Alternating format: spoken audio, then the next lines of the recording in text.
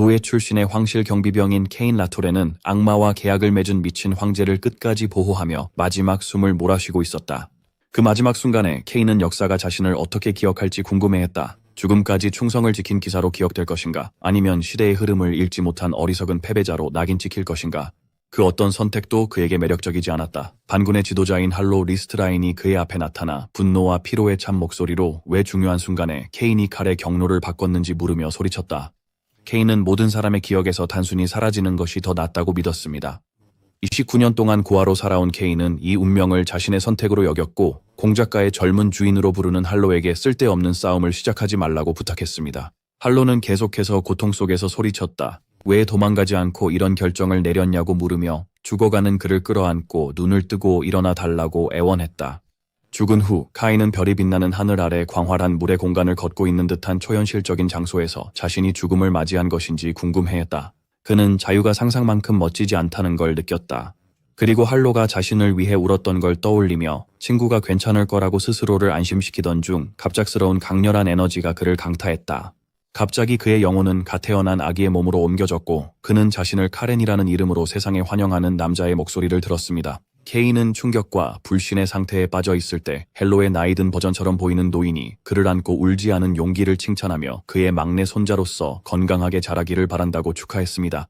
이 엄청난 충격은 갓난아기 카렌이 자신이 할로의 손자로 다시 태어났다는 놀라운 진실을 깊이 깨달으며 눈물을 터뜨리게 했습니다. 그 사건들로부터 45년 후 10살 카렌 리스트라인은 발리 백작의 외아들이자 할로 리스트라인의 셋째 아들로서 역사 수업을 듣고 있었습니다. 선생님은 악한 황제와 함께 죽은 기사 카인 라토리에 대한 현대 역사 학회의 견해를 설명하고 있었습니다. 선생님은 카인이 그의 주인이 악의 길로 들어서는 것을 막지 못했지만 끝까지 주인의 곁을 지켰기 때문에 오늘날까지도 충성의 상징으로 남아있다고 설명했습니다. 선생님이 카렌에게 의견을 물었을 때 카렌은 먼저 선생님의 생각을 물었습니다. 선생님은 당시 일반적인 견해를 제시하며 유명한 우정 이야기를 인용해 대공 할로가 친구의 명예를 회복하려 했다고 믿었습니다. 그러나 카렌은 그의 할아버지 할로가 죽은 친구를 싫어했고 바로 그 이후로 카인의 이름을 일부러 미화하고 그의 명성을 꾸몄다고 믿는다는 완전히 다른 의견을 제시하여 선생님을 놀라게 했습니다. 선생님은 케인의 말에 놀라 그에게 무슨 뜻인지 물었습니다. 카렌은 그의 이론을 설명하며 할아버지가 혁명의 길에 함께하지 않고 죽음을 선택한 케인을 용서할 수 없었으며 영웅이 되지 않고 조용히 죽고 싶었던 케인의 소망을 무시했다고 말했습니다. 선생님은 놀랐지만 비공식 기록에 따르면 헬로와 카인의 결투가 그들의 실력에 비해 너무 빨리 끝났다는 것을 기억했습니다. 선생님은 카인이 친구와 싸우는 대신 죽음을 택했다면 카렌의 주장이 설득력 있다고 느꼈고 10살 아이가 이런 깊은 결론에 도달한 것에 감탄했습니다. 결론적으로 선생님은 당황하여 이 무례한 의견에 동의하면 공작의 기사들이 불경죄로 목을 베어버릴지도 모른다고 생각했습니다. 그가 말을 더듬으며 이 관점을 한 번도 생각해본 적 없다고 하자 카렌은 웃음을 터뜨렸다. 그리고 카렌은 농담이었다며 왜 선생님이 놀라는지 궁금해했다. 이후 카린은 현재의 상황으로 생각을 돌려보며 자신이 이제 리스테인 공작 가문의 막내 손자 카린 레스테인이라는 사실을 다시 한번 확인했습니다. 그는 상황을 이해하는 데 시간이 걸렸지만 결국 할로우 리스트의 손자로 다시 태어났음을 깨달았어요. 그는 그 바보가 어떻게 자신의 명백한 의사에 반해 자신을 영웅으로 만들었는지 화가 나고 궁금했어요. 그는 말하지 않아도 이해했어야 했다. 후에 카렌은 아버지 발리, 할로의 막내 아들이 기도하는 걸 발견했다. 수업 후 카렌은 그에게 다가오는 각성식에 대해 걱정하는지 물었다. 발리는 아들에게 사과했고 카렌이 이유를 묻자 아버지는 자신의 한계가 전해졌을까 걱정이라고 했습니다. 그는 마법 능력을 깨우지 못했기 때문이었습니다. 카렌은 삼촌들과 달리 아버지를 따뜻하게 안심시키며 누가 뭐라 해도 아버지가 자신에게 최고라고 확신시켰어요. 발리는 아들의 말에 감동해 눈물을 흘리며 아들을 껴안고 그에게도 최고라고 했습니다. 그는 다정하게 저녁으로 무엇을 먹고 싶냐고 물었고 카렌은 당연히 고기를 원한다고 열정적으로 대답했습니다. 방에서 카렌이 각성의식에 대해 생각하며 누워있을 때 그의 전생인 카인의 기억이 돌아왔고 어린 할로윈과의 대화가 떠올랐습니다. 그때는 각성의식이라는 개념이 그에게 낯설었습니다. 할로우는 그들의 가문에서 잠재된 마법의 힘을 해방시키기 위한 고대 의식이라고 설명했습니다. 카인은 은수저를 물고 태어난 힘에 대한 관심이 없다고 비웃었습니다. 헬로는 모든 사람이 잠재된 힘을 각성하는 건 아니며 자동으로 가문의 수장이 되는 것도 아니라고 설명했어요. 그리고 헬로는 수장에게만 전해지는 비밀을 이야기하며 케인의 흥미를 끌어보려 했습니다. 케인은 호기심에 그 비밀이 대단한 보물인지 소원을 들어주는 마법의 책인지 물었고 헬로는 그렇다고 했습니다. 케인은 약간 흥미를 보이며 자신의 진짜 꿈은 조용한 곳에서 은둔하며 사는 것이라고 했습니다. 헬로가 그의 꿈을 비웃자 카인은 친구의 농담에 화난 척했다. 그러자 헬로는 언젠가 자신이 가문의 수장이 되면 특별히 예외를 두어 그 비밀을 알려주겠다고 진지하게 약속했다. 카렌은 자신의 방에 앉아 마법 능력 각성식에 대해 생각하면서 현재로 돌아왔다. 그는 아버지가 걱정할 이유가 없다고 스스로 결심했다. 푸른 에너지와 번개가 그의 몸을 감싸기 시작하면서 그는 이미 오래전에 마법 능력을 각성했음을 드러냈습니다. 이후 장면에서 카렌은 부모님과 함께 기술적으로 발전된 기차를 보며 경외와 감탄을 표했습니다. 이는 그가 처음으로 그런 기차를 본 것이었기 때문입니다. 그의 어머니는 자랑스럽게도 이 기차에 사용된 많은 기술들이 아버지 발리의 후원 덕분에 상용화되었다고 그에게 말했습니다. 아버지는 자신의 업적을 겸손하게 축소하려 했지만 어머니는 대단하다고 주장했습니다. 카렌은 어머니 의견에 동의하며 아버지가 정말 자랑스럽다고 했습니다. 카렌은 기차에서 아버지에 대한 생각을 이어갔습니다. 마법의 힘을 깨우지 못했음에도 불구하고 아버지는 리스테인 공국의 재정 업무의 30%를 혼자서 관리하는 놀라운 분이었습니다. 항상 다정한 어머니와 가족에게 헌신적인 아버지를 보며 카렌은 그들이 정말 완벽한 부모라고 결론지었어요. 기차가 계속 달리던 중 카렌은 창문 너머로 멀리 거대한 성이 보이는 걸 발견했습니다. 리스톤 가문의 본거지인 청의 성이었다. 카렌은 그곳에 할아버지 할로우 리스톤이 계신다는 생각에 기대와 함께 분노가 뒤섞인 복잡한 감정을 느꼈다. 그의 분노가 내적으로 불타올랐다. 할로우가 자신의 의지와 상관없이 그를 역사에 남을 위대한 인물로 만들려 했다는 생각에 그 순간 카렌은 약간의 마법 에너지를 방출해 아버지를 깨웠다. 그 순간 카렌은 할아버지에게 끊임없는 골칫거리가 되고 리스톤 가문의 역사상 가장 큰 문제아가 되기로 굳게 결심했습니다. 카렌은 마음속으로 할아버지에게 맹세하며 곧 도착할 사랑스러운 막내 손자가 무슨 일을 할지 지켜보라고 말했다. 기차가 역에 도착했을 때 환영하는 사람들이 그들을 맞이하고 있었다. 카렌의 아버지는 하인리히라는 남자와 인사를 나눴고 하인리히는 공작 가문의 관대함에 계속 고마워했습니다. 역에 있던 바다 늑대 기사단은 카렌의 관심을 끌었는데 그 지역의 다른 기사들과는 다르다는 것을 알아차렸습니다. 그가 이미 각성한 만화를 그들이 느꼈을지 궁금했지만 그 소식이 할아버지에게 전해지는 것은 시간 문제라고 생각했기에 신경 쓰지 않았다. 가족은 성의 본관으로 안내되어 넓은 응접실에 들어갔다. 카렌은 그곳에서 기다리라는 요청을 받았고 발리 백작은 가족의 어르신들을 맞이하러 갔다. 카렌은 넓은 방에서 기다리며 지루해졌고 도서관에 가자고 할 걸 그랬다고 생각했어요. 그때 방에 있던 다른 소년이 그의 생각을 방해하며 소문이 맞다며 카렌이 정말 책벌레라고 비웃었어요. 도착하자마자 도서관을 찾았기 때문이었죠. 그 소년은 카렌과 그의 아버지를 모욕하며 카렌이 그의 삼촌 발리의 혈통에서 왔기 때문에 만화를 깨울 가능성이 희박하니 그의 아버지처럼 평범한 사람들처럼 돈을 벌기 위해 공부하는 것이 낫다고 말했다. 모욕에 화가 난 카렌은 차분히 소년에게 싸울 생각 있냐고 물었어요. 소년은 놀랐지만 카렌에게 우위를 주겠다고 생각하며 약간의 만화를 모았어요. 하지만 카렌은 차분하게 본가에서 문제아가 잘하고 있는지 궁금해하며 자신의 만화 오라를 발산하여 소년을 완전히 놀라게 했습니다. 소년은 깜짝 놀라며 카렌에게 만화를 언제 어떻게 깨웠는지 궁금해하며 물었고 카렌은 미소를 지으며 아버지도 모른다고 대답했어요. 카렌은 형이라고 부르는 사촌에게 문제가 있다고 언급했습니다. 카렌은 가족의 문제아가 2명 있을 필요는 없다며 자신이 그 역할을 맡을 테니 다른 사람은 길을 비켜주라고 선언했습니다. 그의 사촌이 두려움에 얼어붙은 채로 카렌은 주위에 무시무시한 기운을 뿜어내며 사촌 레어에게 성의 다른 곳에서 작은 싸움을 하자고 제안했습니다. 큰아버지 타일스 리스톤은 두 형제와 함께 앉아 있었습니다. 하인리히는 카렌이 이미 만화를 각성했다는 소식을 들었고 이는 세 번째 기사단장이 확인해 주었습니다. 둘째 삼촌인 라파엘 리스트는 카렌이 본가에서 만화를 숨기고 깨어났다고 언급하며 그들의 형제 발리의 의도를 의심했고 그를 실패자라고 불렀습니다. 발리는 진심으로 놀란 듯 보였고 모른다고 했습니다. 타일스는 형 라파엘을 성급하다고 꾸짖으며 실패자인 그가 모르는 게 이상하지 않다고 지적했습니다. 그 자신도 만화를 깨우지 못했으니까요. 그리고 이 상황을 한심하다고 했습니다. 갑자기 하인이 당황한 채 방으로 뛰어들어와 집사장에게 빨리 오라고 요청한 다음 젊은 주인 라파엘을 불렀습니다. 할로, 리스트인은 오해가 생겼다고 중얼거렸습니다. 라펠은 아들에 관한 것임을 알고 화가 나서 일어났습니다. 한편 접견실에서는 러가 패배한 채 바닥에 누워 있었습니다. 라파엘이 도착해 그 장면을 보자 화가 나서 카렌을 붙잡고 그를 버릇없는 강아지라고 부르며 무슨 생각이었는지 물었습니다. 바로 그때 발리와 테일즈가 도착했다. 카렌은 침착하게 러가 자신의 아버지를 모욕했기 때문이라고 대답했다. 카렌은 삼촌 앞에서 만약 자신이 그 입장이었다면 침묵했을지 궁금해했다. 라파엘은 카렌이 헛소리를 하고 있다고 주장하며 카렌을 붙잡고 발리를 향해 입을 다물라고 하면서 이 모든 일이 그의 아들을 제대로 키우지 못한 탓이라고 말했습니다. 그 순간 수석 집사가 개입하여 모두에게 멈추라고 요청하며 집주인인 헬로가 직접 이 문제를 판단할 것이라고 발표했습니다. 라파엘은 카렌을 놓으라는 명령을 받았고 그는 마지못해 그렇게 했습니다. 발리는 아들에게 달려가 상태를 확인했고 카렌은 괜찮다고 안심시켰어요. 이후 수석 집사가 모두에게 집주인을 만나러 가자고 요청했어요. 긴 복도를 걸어가면서 카렌은 하로를 마지막으로 본 지 오래되었다고 생각했습니다. 서재에 들어서자 책상 뒤에 앉아있던 하로는 카렌에게 왜 그렇게 큰 사건을 일으켰는지 직접적으로 물으며 그들을 맞이했습니다. 도착하자마자 발리는 아들을 변호하려 했지만 할로는 그를 제지하며 자신이 발리에게 묻지 않았고 아들로부터 직접 답변을 듣겠다고 단호하게 말했다. 할로는 카렌에게 그가 결과를 무시할 만큼 무모하지 않다는 것을 알고 있으며 그의 행동에 대한 설명을 요구했습니다. 카렌은 벌을 내리기 전에 자신의 말을 들어주려는 헬로의 태도에 내심 놀랐고 이를 부적절한 기사도 정신의 발현이라고 스스로에게 묘사했다. 카렌은 다시 대답하며 러가 그의 아버지를 모욕했다고 확실히 말했다. 라파엘은 화를 내며 카렌을 거짓말쟁이라고 비난하고 진실을 말하라고 요구했다.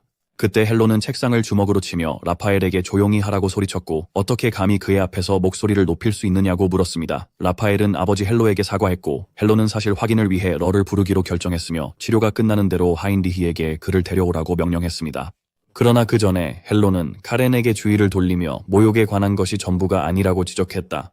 카렌은 할아버지의 질문을 예상하고 만약 만에 대해 묻는 것이라면 그는 그것을 3년 전에 각성했다고 밝히며 주위 사람들을 놀라게 했다. 헬로는 왜 그가 이 모든 시간 동안 그것을 아버지에게조차 숨겼는지 물으며 이렇게 어린 나이에 혼자 만화를 깨운 이 소년이 궁금했다. 카렌은 나중에 책에서 읽기 전까지 그것이 만화라는 걸 몰랐다고 했고 할아버지가 다음에 무슨 일이 있었냐고 물었을 때 카렌은 천진난만하게 웃으며 그냥 비밀로 하고 싶었다고 했습니다.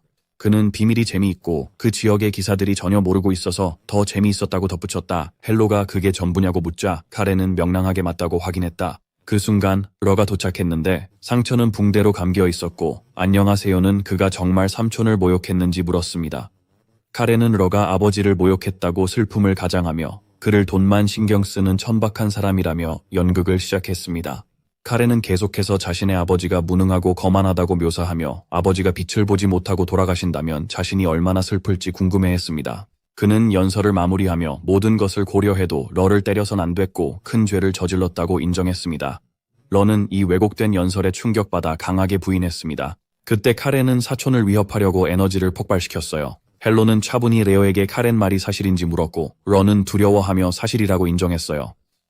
고백을 들은 후 할로는 각성식이 다음 날이기 때문에 두 소년의 처벌을 각성식 이후로 미루기로 결정하고 그들에게 가서 쉬라고 명령했습니다. 그날 밤 늦게 헬로는 하인리히에게 발리 아들에 대한 의견을 물었습니다. 하인리히는 외교적으로 그 소년에게 주인님이 흥미를 가질 만한 여러 면이 있다고 느낀다고 답했습니다.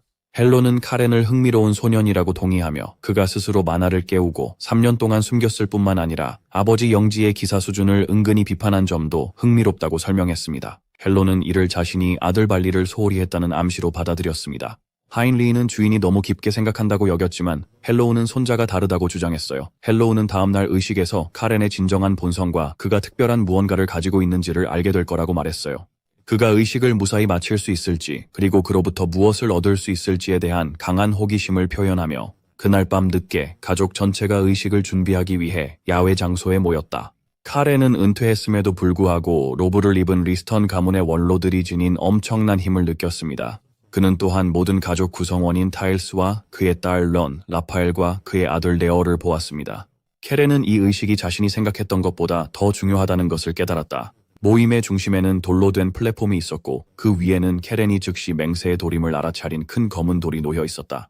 안녕하세요는 눈을 뜨는 의식의 시작을 알리며 카렌이 서약석에 의해 열린 균열을 통과하면 그 돌이 보여줄 세계에 들어가게 될 것이라고 설명했습니다. 그는 이 세계가 사람마다 다르며 카렌이 그곳에서 획득할 명확한 통찰의 무기를 사용하여 그 세계를 깨뜨리면 의식이 끝날 것이라고 설명했습니다.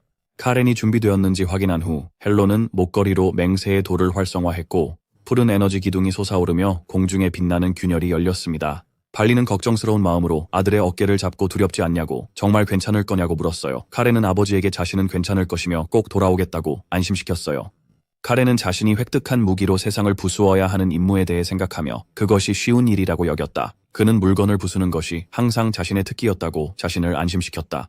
멀리서 헬로는 손자가 두려움을 이겨내길 마음속으로 빌었습니다. 카렌이 균열을 통해 발을 내딛자마자 그는 익숙하지만 무서운 제국 궁전에 있었습니다. 그곳은 불타고 있었고 죽은 전우들의 시체로 가득 차 있었습니다. 그는 화가 나서 왜 그 돌이 그에게 이런 고통스러운 기억을 보여주고 부당하게 죽은 동료들에 대한 죄책감을 느끼게 하려는지 궁금해했다.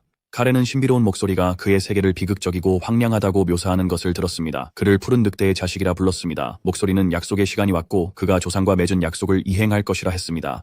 카렌은 그 목소리에게 악마인지 물었지만 목소리는 부정하며 사악한 악마들이 그의 혈통을 더럽힐 엄두도 못 낸다고 했습니다. 목소리는 카렌에게 두려움을 이기고 왕좌에 오르라고 했습니다. 그곳에는 그가 원하는 것이 있었습니다. 카렌이 왕좌에 도착했을 때, 황제가 지키고 싶어 악마와 거래했던 그 왕좌에 도착했을 때 그는 계단을 오르며 마치 그들의 시체 위를 걷는 느낌을 받았습니다. 그는 그들의 죽음의 원인이 이것일 줄은 상상도 못했던 것을 기억하며 그곳에서 옛 무기를 발견했다. 목소리는 그를 청랑족 대표로 환영하며 이것이 그의 무기라고 했다. 카렌은 즉시 황제가 그에게 준 사랑하는 검, 마검 루인을 알아보았다. 그 목소리는 그에게 만화를 주입하라고 요청했지만 카렌은 검이 사용자의 영혼을 먹어치운다고 반대했다. 목소리는 그에게 그 검에 깃들었던 악마의 의지는 이미 그의 할아버지에 의해 소멸되었으며 그가 보고 있는 것은 단지 악마의 저주로 남은 왜곡된 형태일 뿐이며 그것을 깨울 수 있는 사람은 그밖에 없다고 안심시켰습니다. 카렌은 검을 만지는 것이 안전한지 망설였고 황제의 명령에 따라 수많은 생명을 앗아갔던 예전의 자신으로 돌아갈까 두려워했습니다. 그 순간 헬로의 목소리가 그의 마음속에 울려 퍼지며 두려움을 이기라고 했습니다. 카렌은 드디어 헬로의 독특한 친절함의 진정한 의미를 알았습니다. 눈을 뜨는 의식의 목적은 단순히 무기를 얻는 것이 아니라 명확한 통찰의 만화를 깨우는 후계자가 그들의 가장 큰 두려움을 극복하는 것이었습니다. 이 이해를 바탕으로 카렌은 자신 있게 그의 검을 향해 손을 뻗었다. 카렌이 검을 잡자마자 그는 청명한 통찰의 만화로 인식한 거대한 푸른 에너지가 그에게 밀려들었고 검의 형태가 그의 손에서 변하기 시작했다. 신비로운 목소리는 왜 그 검이 그에게 옛날의 폐허 상태로 나타났는지 알 수 없다고 말했지만 이 검이 원래 그의 조상 라엘에게 속한 것이라고 설명했습니다. 목소리는 이 검이 역사책에 기록되지 않은 이유가 할로우가 가져간 다른 검 그람과는 달리 그 힘이 가문의 것과 완전히 다른 성질을 지녔기 때문이라고 했습니다. 카렌은 검에 깃든 만화가 몸에 새겨지며 극심한 고통을 느꼈습니다. 하지만 목소리는 견디라고 했습니다. 카렌은 몸속 만화 흐름이 더 거칠어지는 걸 느끼며 목소리에게 검의 진짜 이름을 물었습니다. 그 목소리는 이 검이 처형검 기요틴이며 수많은 악마들의 목을 베고 그들의 힘을 삼켜 악마들조차 그 존재를 잊어버리게 만든 검이라고 밝혔습니다. 두려움에 휩싸인 카렌은 무기의 새 이름을 곰곰이 생각했다. 목소리는 깊은 바다의 어둠을 닮은 검이 카렌의 운명에 잘 맞는다고 말했다. 카렌은 그 목소리의 정체를 물으며 그것이 집을 지키는 수호룡 청룡일지 모른다고 추측했습니다. 그러나 목소리는 카렌이 아직 그 진정한 이름을 감당할 힘이 부족하다고 답하며 언젠가 바다를 지배할 힘을 얻으면 북해로 찾아오라고 했습니다. 이후에 카렌은 이 세계를 떠나는 방법을 물었고 목소리는 그가 이미 답을 안다고 했습니다. 카렌은 무엇을 해야 할지 깨달았습니다. 의식의 시작에서 들었던 대로 세상을 부수는 것이었습니다. 그는 큰 열정으로 항상 그것을 시도해보고 싶었다고 선언한 후 칼을 힘차게 휘둘러 주위의 환상세계를 산산조각냈습니다. 현실 세계에서 헬로는 불안해하는 발리를 위로하며 아버지로서 아들이 자신이 걸을 수 없었던 길을 걷는 것을 보는 것이 고통스럽다고 인정했습니다. 그러나 그는 이러한 순간이야말로 결의를 증명해야 할 때라고 강조했습니다. 갑자기 서약석이 격렬하게 금이 가기 시작했고 러는 할아버지에게 돌이 깨지고 있다고 소리치며 알렸습니다. 모두가 놀라는 순간 돌이 완전히 부서졌습니다. 카렌은 부서진 돌자리에서 빛과 함께 나타나 새 검을 들고 있었습니다. 그는 웃으며 주위를 둘러보고 돌에 무슨 일이냐고 물었고 부서졌다고 했습니다. 발리는 그에게 화내며 무슨 짓을 했냐고 따졌습니다. 카렌은 기쁜 마음으로 대답하며 칼을 높이 치켜들고 그것이 바로 우리 조상 라엘 리스트레인의 처형 검인 기요틴이라고 선언했습니다. 이 말에 할로와 원로들은 크게 놀랐습니다. 이 전설적인 검은 가문의 역사에서 지워졌고 그 존재는 오직 족장과 원로들에게 구전으로만 전해졌습니다. 원로들은 왜 지금 이 검이 나타났는지 궁금해했고 할로는 언약의 시간이 다가오고 있는지 고민했습니다. 할로는 마침내 손자에게 이 검이 두렵지 않느냐고 물었고 이에 카렌은 전혀 두렵지 않다고 자신 있게 대답했습니다. 안녕하세요가 상황을 이해하고 나서 그는 고대 역사를 떠올렸습니다. 오래전 조상들은 청룡과 악마를 물리치기 위한 계약을 맺었고 그 증표로 서약석을 남기며 언젠가 이 약속을 이행할 후손을 기다렸습니다.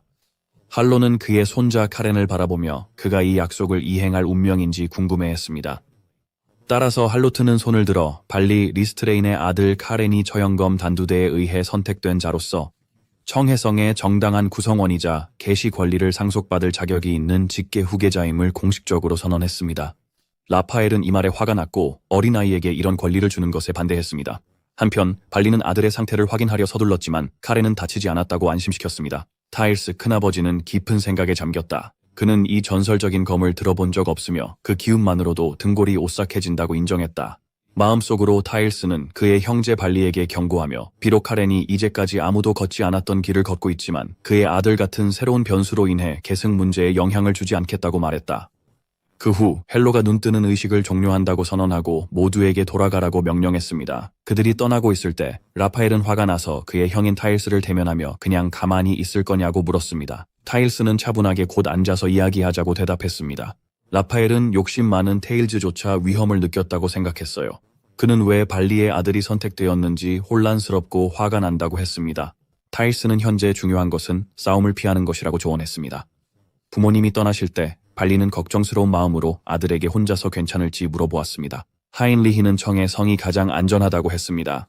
발리는 성이 외부 위협으로부터 안전하다는 것에 동의했지만 내부 위협을 걱정했습니다. 그러나 형제들이 아버지 앞에서는 함부로 행동하지 않을 것이라고 덧붙였습니다. 하인리히가 그들에게 다가가 사비나 여사가 카렌의 입회식을 감독할 것이라고 알렸습니다. 카렌과 그의 아버지는 안도했습니다. 할로의 여동생인 사빈 리스트라인은 그의 형제 못지않은 실력으로 알려져 있으며 하얀 늑대라는 별명을 가지고 있었습니다. 발리는 아들에게 예의를 지키라고 조언했고 카렌은 그렇게 하겠다고 했습니다.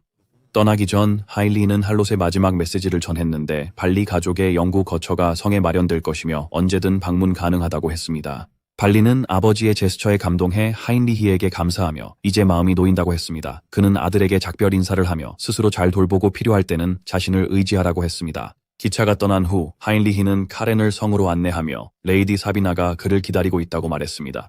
도착하기 전에 하인리히는 카렌에게 조언을 하며 레이디 사비나를 할머니라고 부르지 말라고 했습니다. 그녀는 그 호칭을 매우 싫어한다고 했습니다. 카렌은 그 조언에 대해 감사했지만 그가 왜 그렇게 말했는지 이상하게 여겼다. 그들은 청해 숲에 있는 영혼 훈련장에 도착했는데 그곳은 직계 혈통만이 들어갈 수 있는 장소였다. 하인리히는 카렌에게 사비나 여사님이 안에서 기다리고 계시며 그의 아버지 라파엘의 특별 요청으로 러 경도 그곳에 있다고 전했습니다. 카렌은 이 말을 듣고 기뻐하며 안으로 들어갔고 하인리히는 속으로 다시 시끄러워질 것이라고 혼잣말을 했습니다.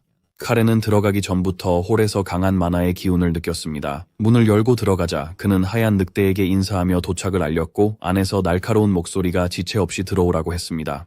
카렌은 사비나 여사의 젊은 외모에 놀랐습니다. 그녀는 그를 환영하며 상상과 다르게 보인 것에 놀랐는지 물었습니다. 사비나는 시간이 얼마나 빠르게 흘렀는지 발리의 사랑스러운 아들이 벌써 이렇게 자랐다고 말했습니다. 카렌은 그녀의 영원한 젊음이 만화로 몸을 재구성하기 때문임을 바로 알았습니다. 이는 팔성 마스터 레벨의 사람들만 가능한 능력이었습니다. 사비나는 카렌에게 러 옆에 앉으라고 명령했습니다. 카렌은 순순히 따랐고 긴장한 사촌에게 이제부터 자주 볼 것이라며 기대된다고 속삭였습니다. 사비나는 그녀의 칭호에 대한 그의 지식을 언급하자 카렌은 역사책을 좋아해서 읽었다고 했습니다. 사비나는 미소 지으며 그녀의 형 헬로가 묘사한 대로 그가 정말 흥미로운 소년이라고 말했습니다. 카렌이 할아버지가 뭐라고 하셨는지 물었을 때 그녀는 그의 메시지를 전했습니다. 그는 네가 정말 좋아할 소년이야. 그리고 이제 그 이유를 알겠다고 했습니다. 사비나는 그를 직접 본 후 할로와의 대화를 떠올렸다. 할로는 카렌을 광대한 바다를 항해해야 할 아이로 묘사하며 그녀에게 그의 등대가 되어 그 바다를 지배하도록 안내해달라고 했다. 사비나는 카렌에게서 광활하고 무한한 바다와 같은 엄청난 잠재력을 보았습니다. 아직 다듬어지지 않았지만 언젠가 그는 한 세대를 지배할 수도 있을 것입니다. 그녀는 이 흥미로운 소년을 만나는 것을 재미있는 일로 여겼다. 사비나는 수업을 시작하며 다리를 꼬고 앉는 것이 만화 수련의 기초라고 설명했다. 그리고 초기 단계를 지나면 그녀처럼 앉지 않고도 만화를 수련할 수 있게 될 것이라고 말했다. 그녀는 맑은 바다의 만화 파동을 방출해 소년들을 놀라게 했습니다. 사비나는 몸속에 만화의 바다를 만들고 제어하는 바다 제왕 방법을 설명했습니다. 그녀는 사람이 통제하는 바다가 많을수록 힘이 커진다고 설명했어요. 8개의 바다를 통제하면 8별 등급에 도달해요. 8개의 바다를 하나의 거대한 바다로 통합하는 것은 9별의 경지에 해당하며 그녀는 대륙 전체에서 이 수준에 도달한 사람이 단 3명뿐이며 제국 내에서는 단 1명만 있다고 덧붙였습니다. 카렌은 바로 이 사람이 그의 할아버지임을 알았어요. 안녕하세요. 사비나는 대륙에서 유일한 구성급 전문가가 그녀의 오빠 할로우 리스트라인임을 확인했어요. 이 말은 카렌의 마음에 결단의 불꽃을 지폈고 그는 이번 생에 할아버지를 따라잡겠다고 맹세했어요. 사비나는 소년에게서 강한 힘에 대한 열망을 느끼고 그를 정말 재미있다고 생각했어요. 그는 훈련을 받을 만한 가치가 있다고 믿고 사비나는 만화 훈련을 시작하여 소년들에게 각성 의식 동안 열렸던 통로에 만화를 부으라고 지시하며 만화의 힘은 통제하는 것이 아니라 받아들여야 한다고 상기시켰습니다. 사비나는 그들의 만화 파동을 지켜봤고 카렌은 자신의 만화 파동이 아직 조금 거칠다는 걸 알았어요. 그녀는 그에게 심장에서 시작하라고 했어요. 사비나는 카렌의 능력에 깊은 인상을 받았고 막 각성식을 마친 사람의 힘이 어떻게 이럴 수 있는지 궁금했어요. 그녀는 그를 레와 비교했는데 러는 2년 전에 해왕의 방법을 받았음에도 불구하고 겨우 2별 수준에 도달하려고 하고 있었다. 반면에 카렌은 어떤 지시도 없이 본능적으로 자신의 만화 경로를 개척하고 있었다. 카렌은 몸이 찢어질 것 같은 강한 압박을 느꼈고 그래서 스스로 수련을 멈췄습니다. 사비나는 처음에 그의 몸이 지쳤다고 생각했지만 그가 속도를 능숙하게 조절했음을 깨달았습니다. 그 순간 러는 만화를 과도하게 사용하다가 쓰러졌고 사비나는 그에게 달려가 만화를 무리하게 사용했다고 꾸짖었습니다. 사비나는 카렌을 지켜보느라 정신이 팔렸다는 것을 스스로 인정했습니다. 그녀는 어른의 역할이 아이들이 경솔하게 스스로를 해치지 않도록 막는 것임을 깨달았다. 카렌은 실망한 눈빛으로 러를 바라보며 부끄럽다고 했다. 사비나는 레오와 카렌을 비교했는데 카렌은 자신의 한계를 잘 알고 다치기 전에 멈췄습니다. 사비나는 그의 힘에 대한 욕망에도 자제하는 모습에 감명을 받았고 이 아이가 정말로 그를 인도할 등대가 필요한지 궁금해졌습니다. 사비나는 카렌에게 그의 안전을 3년 동안 보장하겠다고 약속하며 이 기간 동안 스스로를 보호할 수 있도록 힘을 기르는 데 집중해달라고 요청했습니다.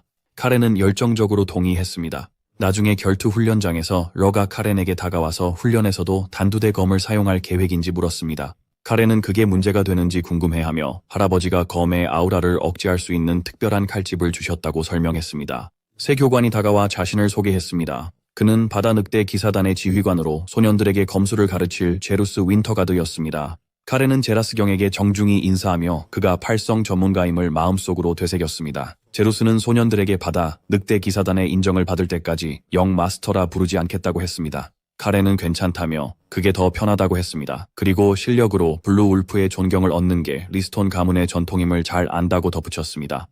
제루스는 카렌의 특이한 반응에 놀랐고 대부분의 귀족들은 불쾌해했을 것이라고 생각했습니다. 제루스 경은 처음에는 오랜 기다림 끝에 드디어 진지하고 확고한 후계자가 가문에 도착했다고 생각했습니다.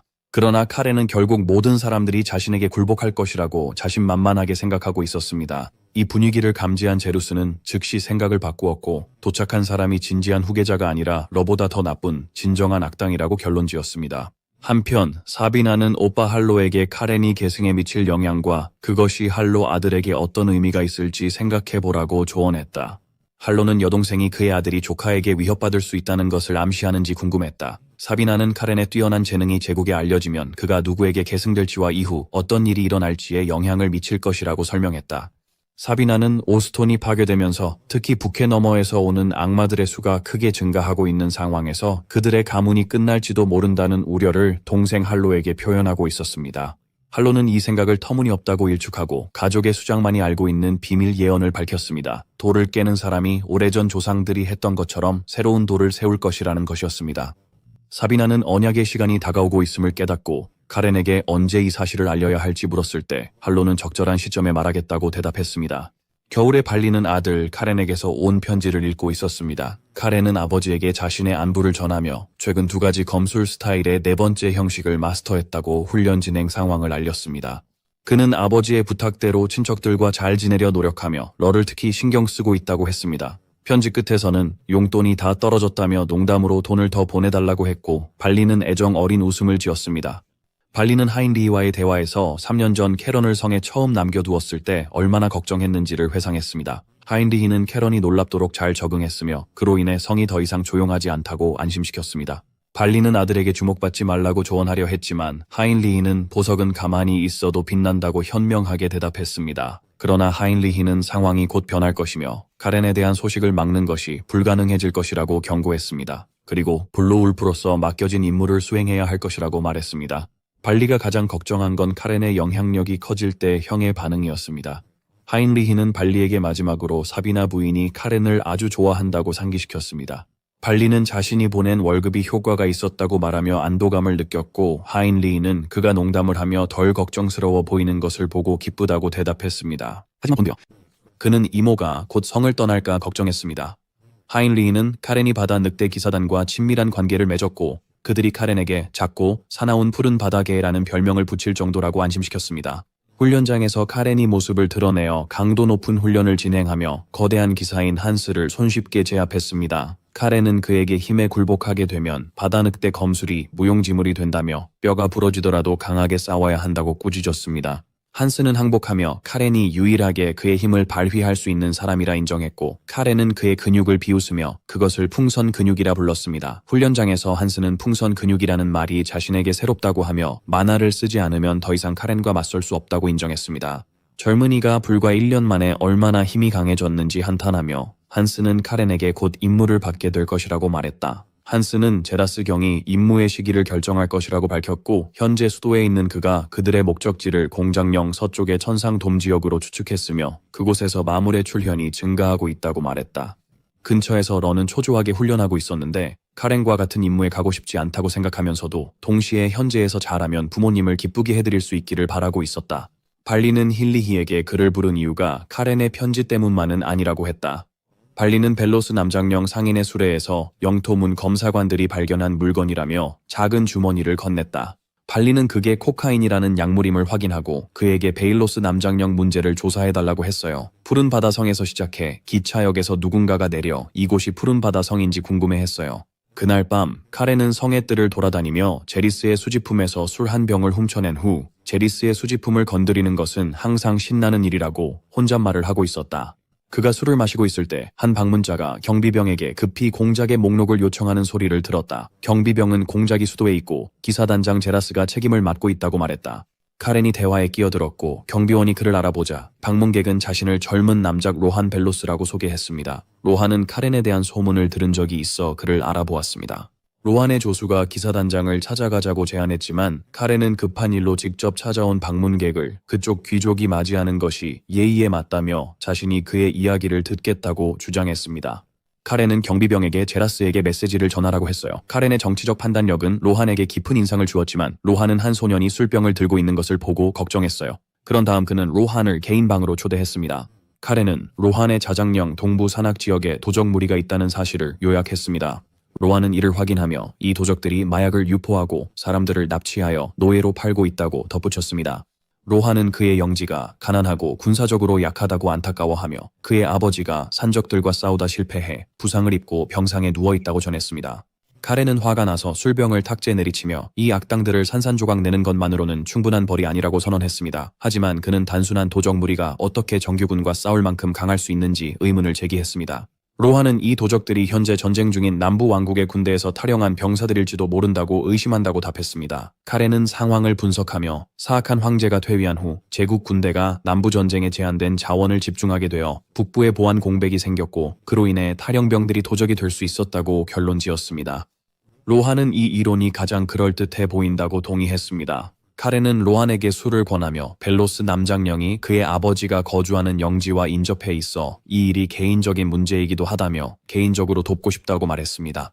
로한은 이 제스처에 대해 감사했지만 아이가 건넨 음료를 받아도 괜찮을지 고민했습니다. 카렌은 환하게 웃으며 그 음료가 제러스 경의 소중한 수집품에서 가져온 것이라며 로한에게 비밀로 해달라고 부탁했습니다. 로한은 유명한 기사 사령관의 이름을 듣고 놀랐습니다. 그때 제라스가 방에 들어와 카렌에게 술을 안 마시기로 약속하지 않았냐고 물었습니다.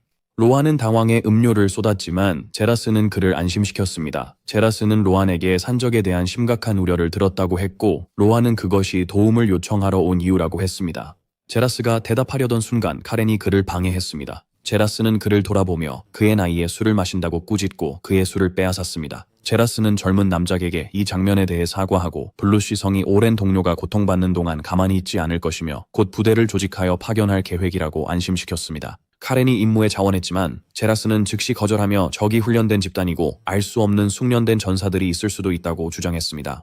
로한은 카렌의 진지한 도움 의지에 놀랐습니다. 제라스는 실제 전투가 훈련과 다르다는 걸 알고 반대했습니다. 카렌은 과보호가 좋지 않다고 했지만 제라스는 모호한 위험보다는 서쪽의 명확한 위험에 맞서는 게 낫다고 했습니다.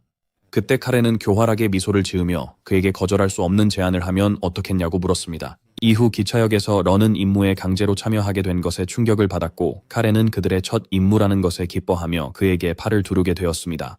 장면을 보던 제라스는 자신이 속았고 카렌이 사비나 부인을 지렛대로 썼다는 걸 깨달았습니다. 제라스는 아마도 이게 최선일지도 모른다고 생각했는데 믿을 수 있는 보호자가 함께할 것이기 때문이었습니다. 제루스는 러 경이 가는 조건에 동의한 것이 그들의 훈련 결과에 대한 만족을 암시한다는 것을 깨달았습니다. 로한 남작도 그들을 배웅하기 위해 참석했으며 그는 공작 손자들의 안전과 그들에게 해가 생길 경우 가족의 책임에 대해 매우 걱정하고 있었습니다. 자리스는 그를 안심시키려 하며 사비나가 함께 있으면 아이들에게 절대 해가 되지 않을 것이라고 설명하면서 걱정할 필요가 없다고 확신시켰습니다. 하지만 사비나는 그를 막으며 충격적인 말을 했습니다. 그녀는 소년들이 죽음의 위험에 처하지 않는 한 개입하지 않겠다고 선언했습니다. 이 말은 로한과 러를 두렵게 했습니다. 제라스는 그녀의 평소 대담함에 대해 언급했고 사비나는 자신이 전선에 나서지 못하는 이유가 있음을 암시했습니다. 제라스는 그것을 이해하고 받아들이는 듯 했습니다. 기차역에서 사비나는 떨고 있는 러에게 다가가 두려움을 이해한다고 했습니다. 그러나 그녀는 이번 임무를 지난 3년간의 훈련에 대해 얼마나 진지했는지를 증명할 기회로 삼고 블루 울프의 일원으로 인정받을 기회로 생각하라고 권했습니다. 카렌은 비꼬며 러가 항상 누군가의 도움을 필요로 하는지 궁금해했습니다. 러는 화가 났지만 카렌의 말이 결의를 일깨워 이제 자신을 증명할 때임을 깨달았습니다. 마법 열차는 블루 시캐슬에서 출발하여 벨로스 남장령으로 향했습니다. 열차가 멀어지자 카렌은 이 순간이 이렇게 빨리 올 줄은 몰랐다고 생각했습니다. 기차에서 사비나는 로한 남작에게 왜 전선에 나타날 수 없는지 설명했어요. 그녀의 블루 시캐슬에 있는 존재는 비밀이었고 발견되면 산적들은 흔적도 없이 사라질 것이기 때문이었어요. 하지만 로한은 이 임무에 아이 둘만 보내는 게 여전히 걱정이었다. 그의 눈에 카렌은 전혀 긴장하지 않았고 러는 아주 불안해 보였다. 한편 레어는 어머니의 꾸중을 떠올리고 있었다. 그녀는 그에게 3년 전 겪은 치욕으로 아버지의 명예가 더럽혀졌는데 어떻게 카렌과 가까워질 수 있느냐고 물었고 카렌은 친구가 아니라 라이벌이라고 확신시켰다. 러가 침묵을 지키자 그녀는 그를 약한 소년이라고 불렀습니다. 결국 러는 어머니에게 카렌이 그의 라이벌이 아니라고 설명했습니다. 그는 카렌이 13세에 이미 4성급 수준에 도달한 반면 자신은 15세에 겨우 3성급 수준에 도달했을 뿐이라며 그들 사이의 큰 재능 차이를 설명했습니다. 러는 카렌이 그의 라이벌이 아니라 그를 열심히 노력하고 앞으로 나아가게 하는 목표라고 주장했습니다. 그의 어머니는 그에게 나무만 보고 숲을 보지 못한다고 말하며 대화를 마무리했습니다. 큰 그림을 보라는 것이었죠. 기차로 돌아와서 사비나는 레어와 이야기를 나누고 있었고 러는 첫 임무라 긴장된다고 인정했습니다. 사비나는 그에게 직접 사람을 죽일 수 있냐고 물었다. 러는 망설였지만 사비나는 의심할 필요 없다며 그를 격려했다. 그녀는 그가 얼마나 힘들게 훈련했는지 잘 알고 있으며 자신이 그를 훈련시킨 사람이라고 상기시켰다. 그녀의 말에 감동한 러는 그녀를 스승님이라고 불렀습니다. 기차는 20분 후에 도착한다고 안내했고 사비나는 임무 중에 서로를 스승과 제자로 부르기로 결정했습니다. 그녀는 기차에서 뛰어내려 상황을 먼저 살펴보겠다고 했습니다. 로한은 움직이는 기차에서 뛰어내리는 위험성을 항의했지만 사비나는 그의 조카들이 멀리서 지켜볼 것이니 그에게 책임을 묻지 않을 것이라 안심시켰습니다. 카렌은 그녀의 대담함에 감탄하며 언급했고 사비나는 열차에서 뛰어내렸습니다. 로한과 러는 리스트론 가족의 기이함에 대해 놀라움을 금치 못했습니다. 그들이 벨로스 남장령에 도착하자 부상당한 벨로스 남작이자 로한의 아버지가 그들을 맞이하며 건강이 좋지 않아 앉아서 맞이하게 되어 미안하다고 했습니다. 카렌은 정중하게 걱정하지 말라고 말하며 그의 부상에 대해 물었습니다. 침대에 누워있는 베일로스 남작을 만났을 때 남작은 소년들의 걱정에 감사하며 10년 전에 카렌과 그의 아버지를 만났다고 언급했습니다. 그리고 카렌이 훌륭하게 성장했다며 그의 아버지가 자랑스러워할 것이라고 말했습니다. 격식을 불편해하던 카렌은 남작에게 간단하게 말해달라고 요청했고 남작은 그를 젊은 카렌 도련님이라고 부르기로 동의했습니다. 남작은 카렌이 첫 임무를 맡았다는 사실을 통해 그가 어린 나이에 이미 무술에서 4성급 수준에 도달했음을 추측하며 날카로운 통찰력을 보여주었습니다. 남작은 본가가 소년의 능력을 판단하는 데 자신감을 보였지만 동시에 2명의 유망한 젊은이를 그렇게 위험한 임무에 보내는 것에 대해 걱정했습니다. 카렌은 남작에게 그의 걱정을 이해한다고 하며 임무 실패는 블루 울프의 명예를 훼손할 것이고 실패는 고려하지 않는다고 했습니다. 그는 러에게 확인을 요청했고 러는 마지못해 성공할 것이라고 동의했습니다. 남작은 웃으며 그들의 자신감에 고마워했습니다. 카렌은 남작이 휴식이 필요하다는 것을 알아차리고 그들이 떠날 것이라고 알렸습니다. 남작은 이 일을 맡기고 가이드를 준비했다고 했습니다. 소년들은 안내자와 함께 눈 덮인 산으로 출발했습니다. 카렌은 레어를 비웃으며 벌써 피곤한지 물었지만 레어는 무시하고 안내자를 믿을 수 없다고 했습니다. 그는 그가 산적들과 공모하지 않았다는 보장이 없다고 지적했습니다. 카렌은 비꼬듯이 그가 드디어 생각할 수 있게 되었다고 축하한 후 침착하게 러의 의심이 맞았으며 안내자가 아마도 산적 중 한 명일 것이라고 확인했습니다. 레어는 놀라서 어떻게 알았냐고 물었다. 카렌은 역에서 로한 남작의 대화를 엿들었다고 했다. 회상 장면에서 로한의 보좌관이 도적들의 은신처를 어떻게 찾을지 물었고 로한은 영진의 배신자를 이용해야 한다고 답했다. 러가 왜 진작 말하지 않았냐고 묻자 카렌은 하루 종일 긴장했다고 답했습니다. 카렌은 상황을 분석하며 로한이 배신자를 고의로 이용한 교활함을 지적하고 그들의 역할이 미끼라는 것을 레오에게 설명했습니다. 젊은 귀족으로서 그들이 납치되면 높은 몸값을 받을 수 있기 때문입니다. 카렌은 레오에게 배신자가 아직 처벌받지 않고 살아남았다는 사실이 그들이 절박한 상황에 처했음을 보여준다고 설명했습니다. 가이드스벤은 그들을 매복으로 이끌었고 산적 두목은 목표가 젊은 귀족들이었기 때문에 그에게 추가 보상을 주었습니다. 산적 중 한 명은 두 젊은이가 순순히 그들을 따를 것 같지 않다고 언급했습니다. 카렌과 러는 싸울 준비를 하고 있었고 카렌은 아버지의 땅에 마약을 퍼뜨린 것을 용서하지 않겠다고 분노했습니다. 남작의 저택으로 돌아온 로한은 아버지에게 괜찮으신지 물었습니다. 그의 아버지는 건강에 대해 안심시켰다. 로한은 아버지에게 물 한 잔을 건네며 걱정스러운 마음으로 두 젊은이들이 괜찮을지 물었다. 남작의 아버지는 블루시 캐슬이 충분한 정보를 주지 않고 소년들을 보낸 것이 그들의 능력을 믿는 증거라고 했습니다. 그는 이어서 카렌이 외모뿐만 아니라 자신감 있고 침착한 태도로 젊은 시절의 헬로 공작을 떠올리게 한다고 덧붙였습니다. 남작의 저택에서 벨로스 남작은 두 소년에게 기대를 거는 것이 옳다고 아들에게 자신감을 표현했습니다. 한편 눈 덮인 산에서는 카렌이 치열한 전투에 임하며 능숙하고 초자연적으로 산적들의 목을 베고 있었습니다. 러는 겁에 질려 조용히 그 장면을 보며 카렌이 진짜 괴물이라고 생각했습니다. 산적 부대장은 그들이 평범한 사람들이 아니라며 주력 부대에 알리기 위해 철수해야 한다고 두목에게 조심스럽게 말했습니다. 이 때문에 산적 두목은 소년에게 질 수 없다고 생각하며 붉은 오라를 두르고 카렌에게 돌진했습니다. 하지만 카렌은 그를 차분히 맞이하며 전투 함성을 성가시다고 하며 단 한 번의 공격으로 그를 반으로 갈랐습니다. 러는 놀랐다. 카렌은 우연히 강한 기술을 썼다고 태연히 말했다. 카렌은 그 지도자가 옷을 더럽혔다고 불평했다.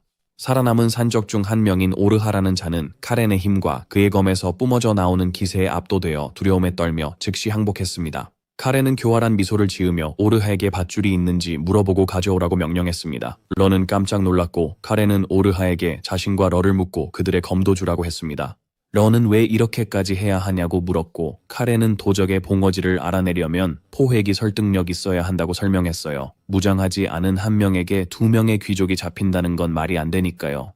그들이 걸어가면서 카렌은 포로 오르하를 신문하기 시작했어요. 겁에 질린 오르하는 그들이 남부 전쟁 지역에 있는 카이우스 왕국에서 탈영한 자들이라고 자백했어요. 카렌은 요새에 몇 명이 있는지 물었어요. 오르하는 2명의 마법사와 호위 기사들을 포함해 130명이라고 했어요. 그 순간 오르하는 자신의 실수를 깨달았고 붙잡힌 사람들이 단순한 귀족이 아닌 위대한 리스틴 가문의 후계자들이라는 걸 알게 되었어요.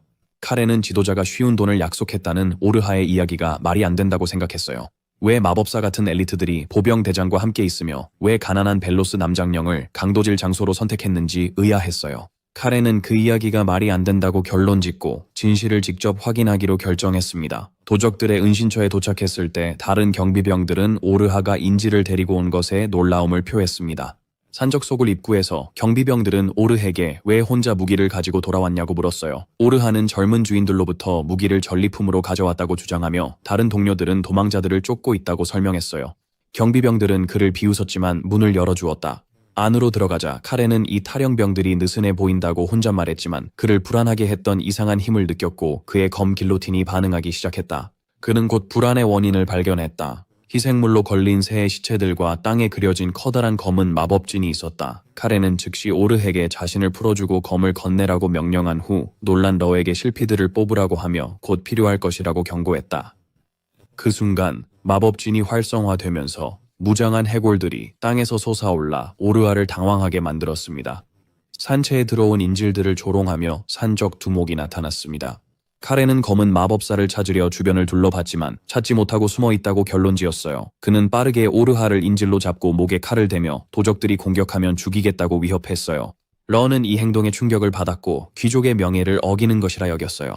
산적 두목은 귀족들이 명예를 중시하지 않냐며 카렌을 조롱했어요. 카렌은 왜 그렇게 하지 말아야 하는지 의문을 제기하며 반박했습니다. 두목은 카렌을 흥미롭게 여겼지만 인질은 가치가 없고 오르하는 완전히 쓸모없다고 선언하며 카렌에게 그를 마음대로 하라고 허락했습니다. 지도자는 오르하를 카렌에게 밀었습니다. 러는 함정에 빠졌음을 깨닫고 카렌에게 계획이 뭐냐고 물었어요. 카렌은 자신 있게 계획이 간단하다고 했습니다. 그들은 지도자만 제거하면 됐습니다. 지도자는 카렌의 파란마나 오라를 보고 걱정스러운 표정을 지었어요. 카렌은 레어에게 자신이 지도자를 처리할 테니 러는 해골들을 맡으라고 했습니다. 러는 그 의미를 이해하기도 전에 카렌은 강력하게 리더를 향해 돌진했고 러는 완전히 부활한 해골 군대를 혼자서 상대하게 되었습니다.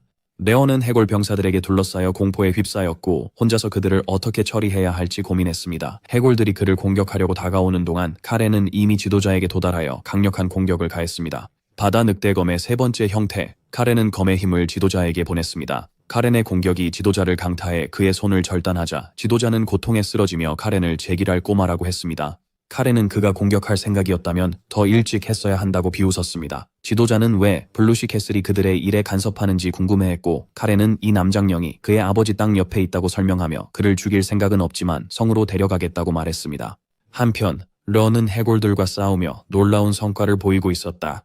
멀리서 카렌은 그를 지켜보며 바다 늑대 검술의 가르침대로 순수한 힘으로 계속 싸우라고 격려하고 있었다. 카렌은 부상당한 지도자 마이클 녹스에게 돌아와 그의 이름을 다시 물었습니다. 확실히 하기 위해 그가 대답한 후 카렌은 무자비하게 그의 다리를 찔러 복종시켰습니다. 섬뜩한 미소로 그는 부하들에게 무기를 버리라고 명령하라고 했고 리더는 고통 속에서 따랐다. 패배한 마이클은 두 아이에게 패배한 것을 한탄했다.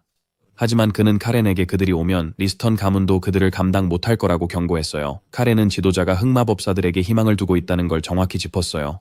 카렌은 지도자의 희망을 비웃으며 리스트론 가문이 두 아이만 보낼 거라 생각했는지 의문을 제기했어요. 그는 마법진이 사라졌다고 지적하며 그들에게 수호자가 있는 게 당연하다고 했어요. 그 순간 멀리서 거대한 폭발음이 울려 퍼졌습니다. 카렌은 그들이 지도자와 시간을 낭비했기 때문에 흑마법사를 생포할 수 없었다고 말했습니다.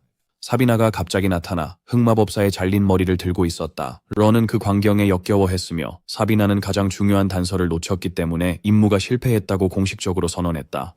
살아있는 마법사 카렌은 뻔뻔하게도 자신의 방법에 감명받았는지 이모에게 물었습니다. 사비나는 패배한 지도자를 의식을 잃을 때까지 때리며 답했습니다. 그녀는 카렌이 무모하게 적진으로 뛰어든 것에 대해 꾸짖으며 그가 그녀의 오빠와 똑같다고 말했습니다. 하지만 리스톤 가문의 일원답게 대담함을 보여준 것에는 점수를 주겠지만 인지를 잡는 방법을 사용한 것에는 점수를 깎겠다고 했습니다. 그녀가 이유를 묻자 카렌은 귀족이 인지를 예상 못할 거라며 약점을 이용하고 싶었다고 했어요. 사비나는 이 이유가 재미있다며 웃었고 그를 처음 보는 미친 소년이라 불렀습니다. 한편 붙잡힌 지도자는 속으로 정말 미친 녀석들이군이라고 생각했어요. 사비나는 벨로스 남작의 성으로 돌아가겠다고 했습니다. 질문이 많을 것이기 때문입니다. 그들이 전장을 떠날 때 포로였던 마을 사람들이 풀려났고 전투 후 가족들이 해방된 사랑하는 이들과 재회하며 감동적인 상봉이 시작되었습니다. 카렌은 도적 오르하가 한쪽에 서 있는 걸 알아챘다. 죄책감을 느끼며 카렌은 그에게 양심의 가책을 느끼냐고 비꼬듯 물었다. 카렌은 오르에게 아직 그럴 때가 아니라고 했다. 그는 동료들처럼 영주의 감옥에 갇힐 수도 있다고 생각했다. 그러나 그는 영주의 감옥에 갇히는 대신 그의 대장과 함께 푸른 바다 성으로 데려가질 것이라고 말했다. 런은 오르하를 묶지 않아도 괜찮은지 물었어요. 카렌은 부상당한 대장을 옮기는데 오르하의 도움이 필요하다고 했지만 러에게 경계를 늦추지 말라고 경고했어요. 그때 구출된 마을 주민 하나가 다가와 오르하를 변호하며 그도 처벌받을지 궁금해했어요. 그 주민은 오르하가 진심으로 포로들을 돌보고 몰래 병든 자에게 약을 주고 배고픈 자에게 음식을 나눴다고 설명하며 자비를 베풀어 달라고 간청했어요. 사비나는 카렌에게 그녀의 의견을 물어보았어요. 카렌은 충격을 받은 오르하를 바라보며 그가 은신처로 안내해준 점을 이유로 하여 관용을 베풀기로 결정했어요. 오르하는 감사함에 벅차올라 카렌에게 죽을 때까지 충성을 맹세했어요. 런은 중요한 것을 보여주겠다며 카렌을 불러 장면을 방해했어요.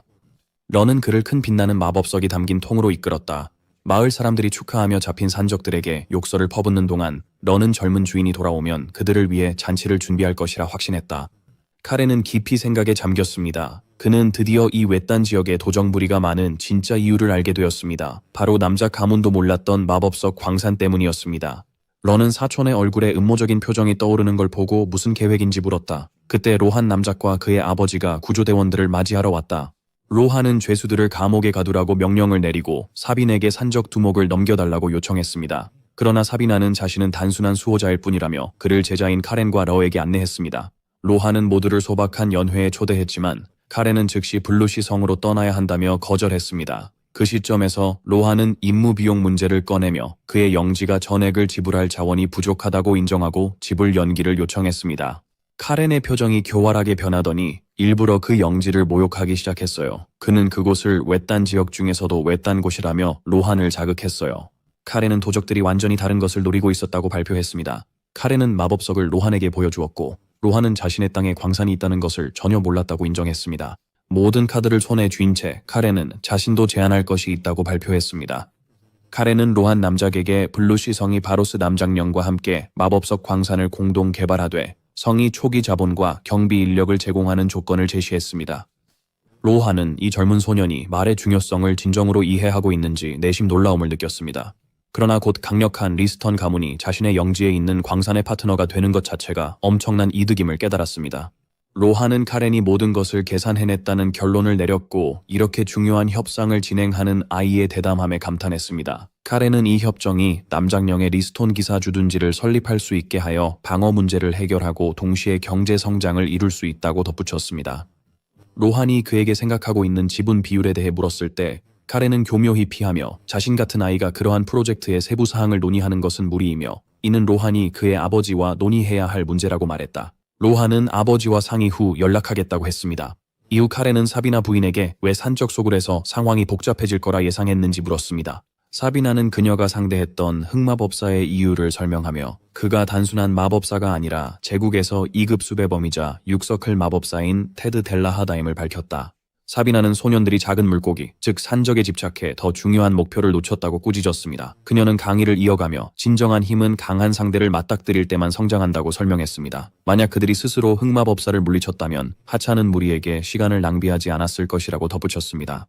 이러한 이유로 그녀는 임무를 실패로 간주했으며 카렌은 이를 존중하며 받아들였습니다. 그녀는 무시당했다고 느낀 레어에게로 돌아서서 그의 첫 번째 언데드와의 대치임에도 불구하고 기대 이상으로 잘했다며 뜻밖의 칭찬을 했습니다. 그녀는 그에게 자신감을 더 가지라고 격려했습니다. 블루시 캐슬에서 헬로가 수도에서 돌아왔고 그의 수행원들은 그를 맞이하며 기사들이 서쪽에서 돌아왔고 카렌, 리오, 사비나가 임무를 마치고 돌아오는 중이라고 알렸습니다.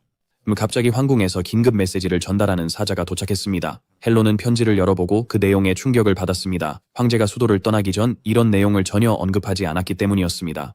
폐하께서 손자 카렌을 수도로 직접 초대하셨습니다. 돌아오는 기차에서 오르하는 포로로 잡혀있는 마이클 대위를 동반하고 있었습니다. 마이클은 보안 허점을 이용해 함께 탈출하자고 오르하를 설득하려 했습니다. 그러나 오르하는 화가 나서 그를 때리며 거절했고 그가 자신을 쓸모없고 버려질 존재라고 불렀던 사람임을 상기시켰습니다. 그들이 블루시 캐슬로 돌아왔을 때 가족들이 그들을 맞이했습니다. 발리는 카렌의 주변이 여전히 혼란스럽다고 비꼬았고 이에 카렌은 날카롭게 반박하며 그를 위협했습니다. 발리는 아들을 따뜻하게 환영했고 사비나는 그와 대화를 나누며 카렌이 벨로스 남작령에서 일으킨 문제 때문에 그녀의 오빠가 그를 불렀을 것이라고 결론지었습니다. 한편 발리는 조카 러의 업적을 축하했습니다. 그 소식이 이미 전해졌다고 했습니다. 러는 아버지와 할아버지가 자랑스러워할 것이라 믿으며 기뻐했습니다. 그러자 카렌은 피곤하다며 위층으로 올라가 쉬겠다고 발표했습니다. 대화는 사비나가 발리에게 제국의 특이한 정치 상황에 대해 알고 있는지 물으면서 진지한 방향으로 흘러갔습니다. 발리는 그들의 가족을 제외한 다른 강대국들이 살몬 공국과 디아즈 후작을 중심으로 빠르게 연합하고 있다고 설명했습니다. 사비나는 그들의 아버지 할로가 상황을 평가하기 위해 수도에서 여러 가족과 만날 계획이었지만 황제와의 대화에서 만족스러운 결과를 얻지 못해 모든 일정을 취소했다고 덧붙였습니다. 발리는 이 두 가문이 이전 황제를 전복시키고 현재 황제를 세우는 데 기여했으며 이제 그들이 체제를 장악하고 있다고 설명했습니다. 사비나는 그녀의 오빠 할로가 제국의 미래를 위해 중앙 권력에서 물러나기로 결정했지만 이러한 대우를 받게 되어 안타까워했다. 이제 두 사람은 평화의 시대가 끝나가고 있으며 그들의 가족이 움직일 때가 되었다고 결론지었다. 사비나는 상황의 긍정적인 면을 보았고 카렌이 한 일이 현재 그들에게 가장 유용한 일일 수 있다고 지적했습니다. 이는 다른 가문의 땅에 군대를 파견하여 그들의 영향력을 확장할 정당한 이유를 제공하기 때문입니다. 그녀는 카렌을 흥미로운 소년이라며 가족을 위해 완벽한 시기에 유익한 일을 했다고 했습니다. 발리는 이모에게 그를 너무 칭찬한다고 했지만 그녀는 칭찬이 아니라고 답했습니다. 나중에 제라스 경이 그들을 맞이하며 도망친 산적들을 제압한 그들의 업적을 축하했습니다. 그는 오르하가 데리고 온 산적 두목을 즉시 신문하기 시작할 것이며 그에게서 모든 정보를 추출하겠다고 맹세했습니다. 그가 오르하의 신분에 대해 물었을 때 카렌은 당분간 그도 산적으로 간주되지만 정보원이었기 때문에 부드럽게 대우한 후 풀어줘야 한다고 설명했습니다. 그리고 그는 오르하를 자신의 개인 하인으로 만들 계획이라고 발표했으며 제라스는 이에 동의했습니다. 소년들이 쉬려 할 때 제루스가 그들을 막으며 임무가 아직 끝나지 않았다고 했습니다. 카렌이 제루스에게 언제 도착했냐고 묻자 그는 조금 전에 도착했고 보고서를 작성해야 한다고 답했습니다. 카렌이 보고서를 따로 작성해야 하냐고 묻자 제루스는 함께 작성해도 된다고 했습니다. 카렌은 바로 그 일을 레어에게 넘기려 하며 자신이 힘든 일을 다 했다고 주장했습니다. 그는 설득에 나섰습니다. 그들의 삼촌 타일스가 보고서를 읽을 것이고 이번이 러가 보고서에서 자신의 업적에 집중하여 점수를 얻을 기회라고 강조했습니다. 이 말에 러는 설득되었습니다. 그들이 돌아온 후 제루스 경은 죄수들을 가두라고 명령했고 사비나는 수배된 범죄자의 머리를 그에게 던지며 소년의 보고서로 충분하다고 말했습니다. 카렌이 러에게 보고서 작성에 행운을 빌어주자 러는 최근 도달한 네 번째 형태를 사용하려고 마나 훈련실로 갈 것이라 했습니다. 그의 끊임없는 열정에 제루스는 놀랐습니다. 한편 헬로는 긴급 가족 회의를 열었습니다. 그는 최근 성 주변에 나타난 악마들을 진압하는 과정에서 얻은 정보가 회의의 이유라고 설명했습니다. 그는 하인리히에게 기사 대장을 부르라고 했어요. 제라스가 와서 악마의 피부 조각을 보여줬습니다. 헬로는 이 조각이 서쪽 청계 지역에서 모은 것이라 했습니다. 홀로는 피부에 숨겨진 어둠의 만화가 평범하지 않다고 하며 그것이 타락한 황제의 것임을 알고 놀랐어요. 홀로는 그것이 그의 의지가 세상에 남아있는 것인지 아니면 타락한 황제가 아직 살아있는 것인지 두 가지 가능성을 제시했어요. 할롯은 이 문제가 제국에서 진행 중인 사건들과 연결되어 있다고 추론한 후 또 다른 발전을 밝혔습니다. 벨로스 남장령에서의 사건 소식이 황제의 귀에 들어갔고 황제는 카렌에게 수도로 오라는 개인적인 초대를 보냈습니다.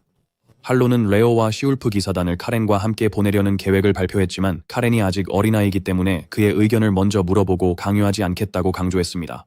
가장 중요한 것은 헬로는 카렌이 벨로스 남작과 거래할 때 무슨 생각을 했는지 알고 싶어 제루스에게 데려오라고 했습니다. 제루스는 훈련실에서 명상 중인 카렌을 찾았습니다. 카렌은 제루스에게 언제 도착했는지 물었고 제루스는 방금 도착했다고 대답했습니다. 카렌은 직계 가족 외에는 세라스만 들어올 수 있다고 말하며 제루스가 훈련실에 들어온 적이 없었던 걸로 기억한다고 했습니다. 이는 급한 일임을 의미했습니다. 제루스는 그에게 수도로의 임박한 여행에 대해 논의하기 위해 가족 회의에 소집되었다고 알렸습니다. 제루스는 가족의 수장이 카론경을 가족 회의에 소집했으며 카렌이 회의에 도착하면 그에게 직접 세부 사항을 들을 것이라고 답했습니다. 헬로는 카렌에게 첫 번째 임무가 성공적으로 완료되었다고 알렸고 카렌은 이를 확인했습니다. 헬로는 왜 독단적으로 행동하며 벨로스 가문과의 협상에서 자신의 권한을 넘어섰는지 물어보았습니다. 그의 오만한 행동이 그들에게 큰 모욕이 될 수 있다는 것을 고려했는지 궁금해했다.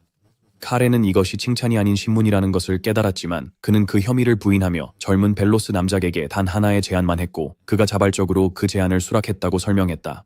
회의실에서 카렌은 할아버지 앞에서 자신의 행동을 변호하며 귀족 예절보다 더 중요한 것이 있다고 판단했다고 설명했습니다. 헬로가 그에게 예의보다 더 중요한 것이 무엇인지 물었을 때 카렌은 그것이 가족의 명예라고 대답했습니다. 이 대답은 헬로에게 깊은 인상을 남겼습니다. 그는 카렌이 거래에서 얻은 이익을 자랑하고 자신에게 공을 돌릴 수도 있었지만 대신 가족의 이익을 우선시했다고 생각하며 이 행동을 훌륭한 처신이라고 묘사했습니다. 이를 바탕으로 헬로는 자신의 결정을 발표했습니다. 그는 카렌이 가져온 거래가 가족에게 큰 이익을 가져다 줄 것임을 인정하고 그의 아들 발리에게 공식적인 협상을 맡겼습니다. 발리는 다음날 새벽 벨로스 남장령으로 떠나기로 했고 할로는 아들이 이룬 공로로 아버지가 영광을 얻는 것이 나쁘지 않다고 했습니다. 할로는 다음 주제로 황제의 편지를 언급하며 그의 소식이 수도에 전해져 폐하께서 그를 소환하셨다는 것을 카렌에게 공식적으로 알렸습니다. 카렌은 제라스에 따르면 황제의 편지가 이미 할로우가 블루시 성으로 돌아오기 전에 도착했다고 추측했고 황제의 정보망이 정말로 그런 능력을 가지고 있는지 스스로 궁금해했다. 카렌은 생각한 끝에 꼭두각시 황제를 조종하는 유력 귀족들이 이 빠른 초대의 배후에 있으며 황제 자신은 아니라고 결론지었습니다. 헬로는 카렌에게 가지 않을 선택권을 줬습니다. 헬로는 카렌이 지금 수도로 가는 게 무슨 의미인지 이미 알았을 거라 생각했어요. 헬로는 수락이나 거절의 전략적 의미를 고민하기 시작했어요. 발리는 헬로가 카렌에게 선택권을 주지 말았어야 한다고 생각했죠. 하지만 카렌은 그들을 막으며 황제가 자신을 불렀으니 가는 게 의무라고 선언하고 외할아버지를 다시 볼 기회가 될 거라고 덧붙였어요. 카렌이 혼자 가냐고 물었을 때 헬로는 레어가 같이 가고 한스의 부대가 경호원으로 동행할 거라고 했습니다. 카렌이 할아버지가 계신데 경호원이 필요한지 묻자 헬로는 경호원들이 그를 보호하는 게 아니라 그가 일으킬 문제를 통제하려는 거라고 농담하며 출발이 3일 후라고 알렸습니다.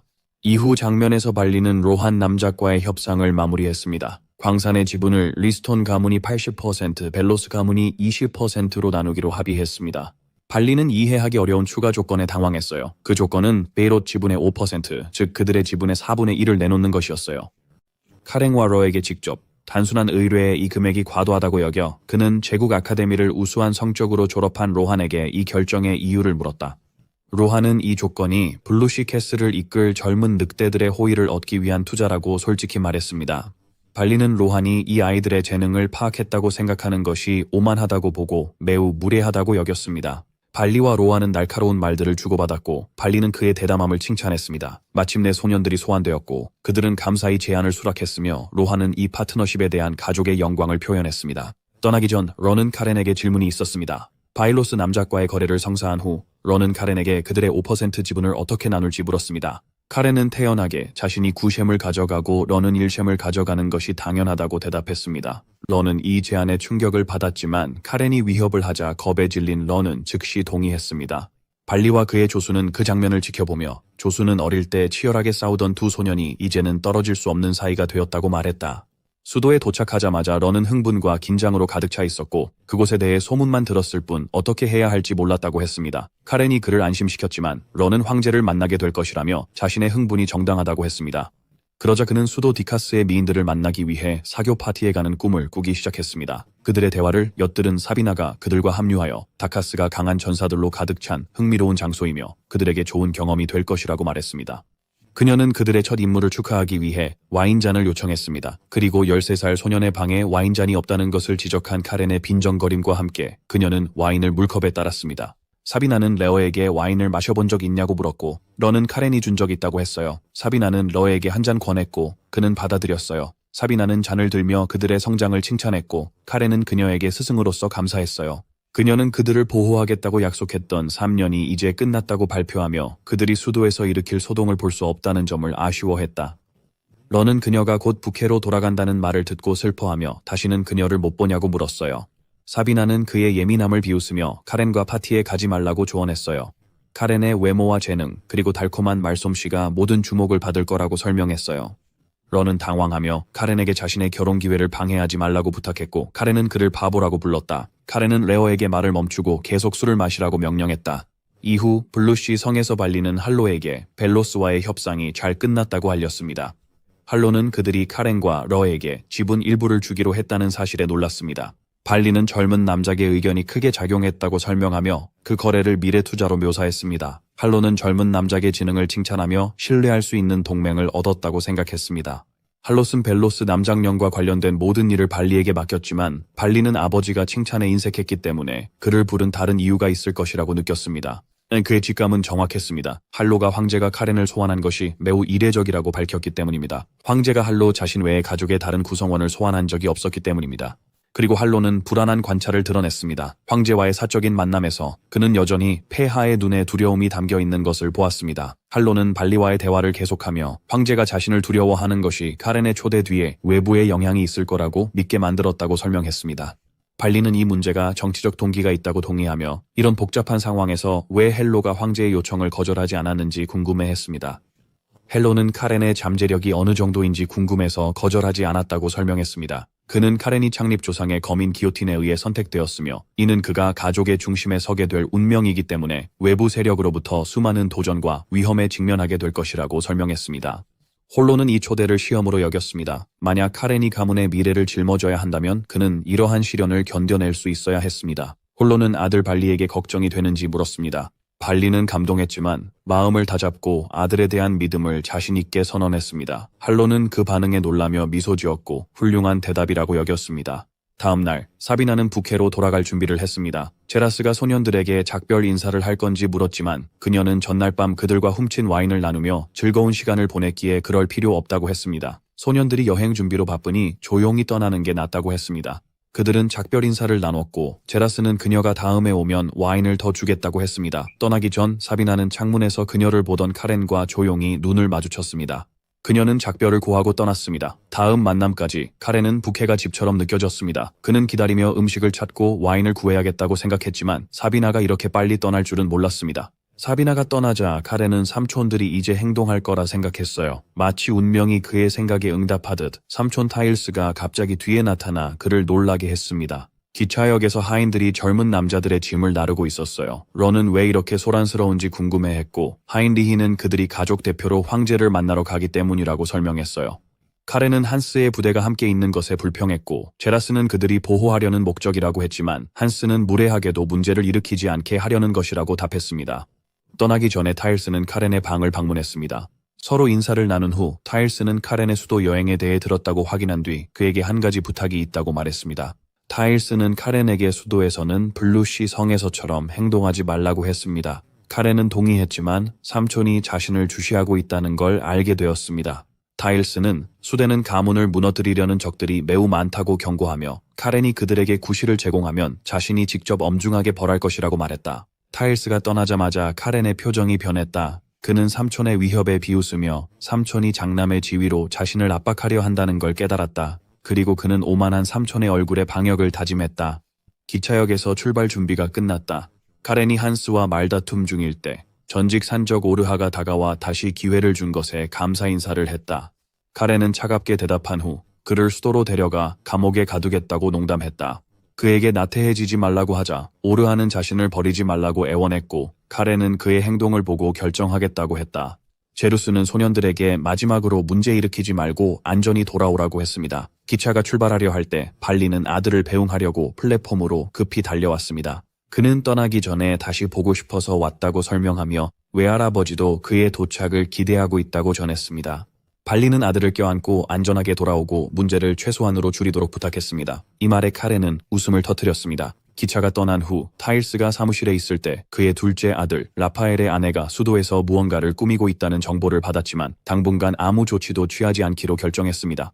기차에서 카렌은 한스에게 여정의 소요 시간에 대해 물었고 그는 테바 자치지역을 통과하는데 약 6시간이 걸린다고 대답했습니다. 그들은 테바에 대해 이야기했습니다. 그곳은 평민들이 직접 시장을 뽑는 독특한 도시로 농업보다 상업과 산업이 번성하여 돈이 지위의 기준이 되는 곳입니다. 한스는 제국 내 그들의 영향력이 큰 자본에서 나온다고 설명했지만 다른 지방 영주들이 그들을 주시하고 있다고 했습니다. 카렌은 일부 시민들이 부패한 영주들의 폭정을 피해 자치지역으로 도망친다는 것을 깨달았다고 했습니다. 한스는 그 지역이 블루시 캐슬과 친밀하고 자주 그들의 기사들에게 중요한 임무를 맡긴다고 덧붙였습니다. 소년들이 나중에 몰래 그 도시를 방문하고 싶다고 하던 중 카렌은 갑자기 이상한 느낌을 받았습니다. 그의 검이 알 수 없는 존재에 반응하기 시작했습니다. 카렌은 갑자기 검에서 이상한 반응을 느끼고 검이 위험을 감지하고 있다는 것을 깨달았습니다. 처음엔 삼촌들 중 타일스나 라파엘이 수행원 중 누군가를 심어 공격하려 했는지 의심했지만 그들이 그런 어리석은 짓을 할 리 없다는 걸 깨닫고 그 생각을 빨리 버렸다.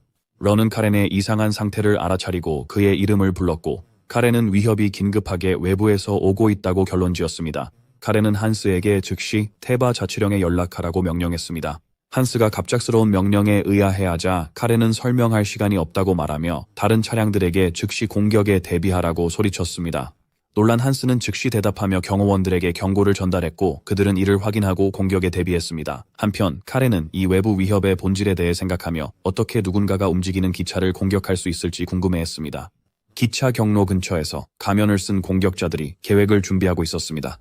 리더가 시간이 되었다고 말하자 부하들은 빠르게 움직였습니다. 기차가 오자 그들은 서둘러 철로에 도화선이 묶인 폭발물통을 놓았습니다. 작업이 끝나자 한 명이 도화선에 불을 붙였습니다. 지도자는 모두에게 폭발에 대비하라고 경고했고 기차는 폭발물과 충돌하여 큰 폭발이 일어나 기차가 탈선하고 파괴되었습니다. 한편 테바 자치지역에서는 시장이 시끄러운 회의를 주재하고 있었습니다.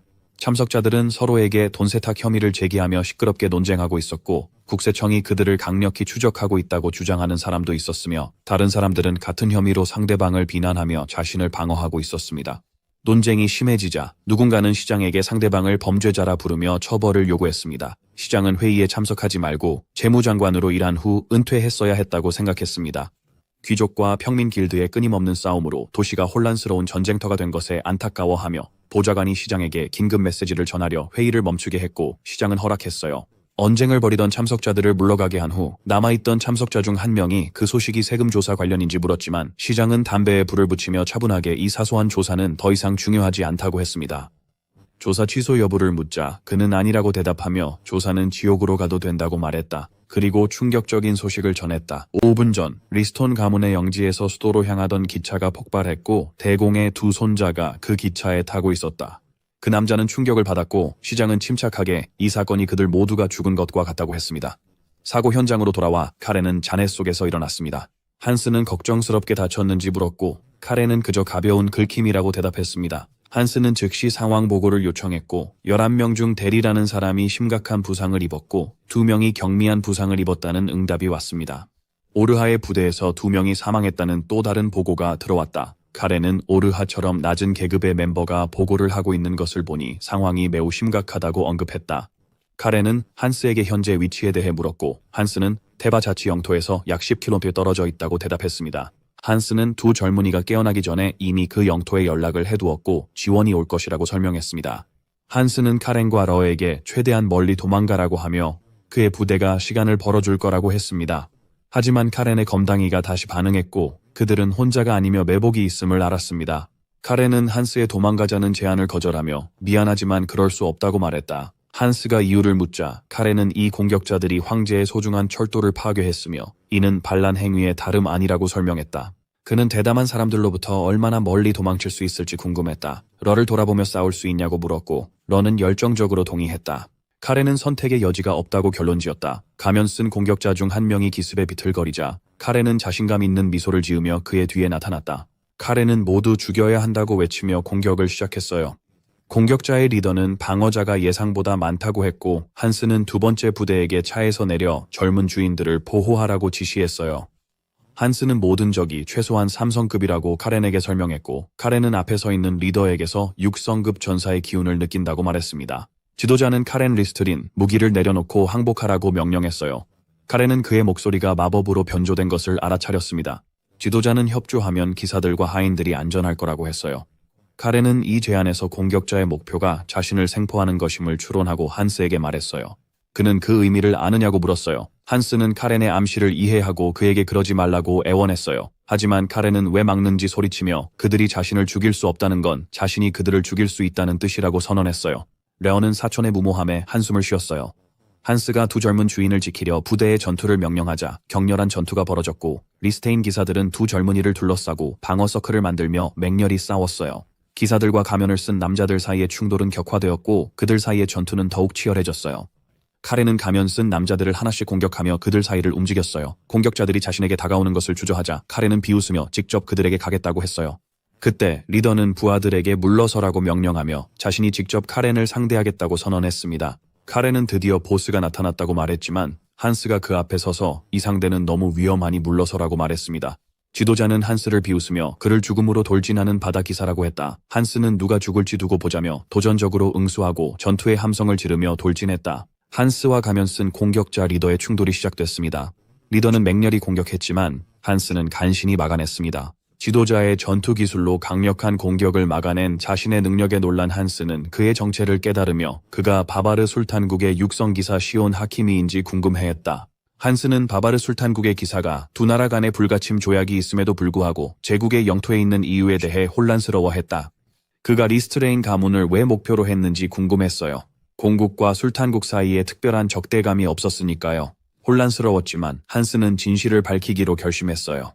전세가 그들의 편으로 기울고 있었고 두 젊은 주인도 잘 싸우고 있었기 때문에 자신감이 넘쳤다. 그러나 한순간의 방심으로 하키미가 기회를 잡아 한스에게 강력한 일격을 가했다.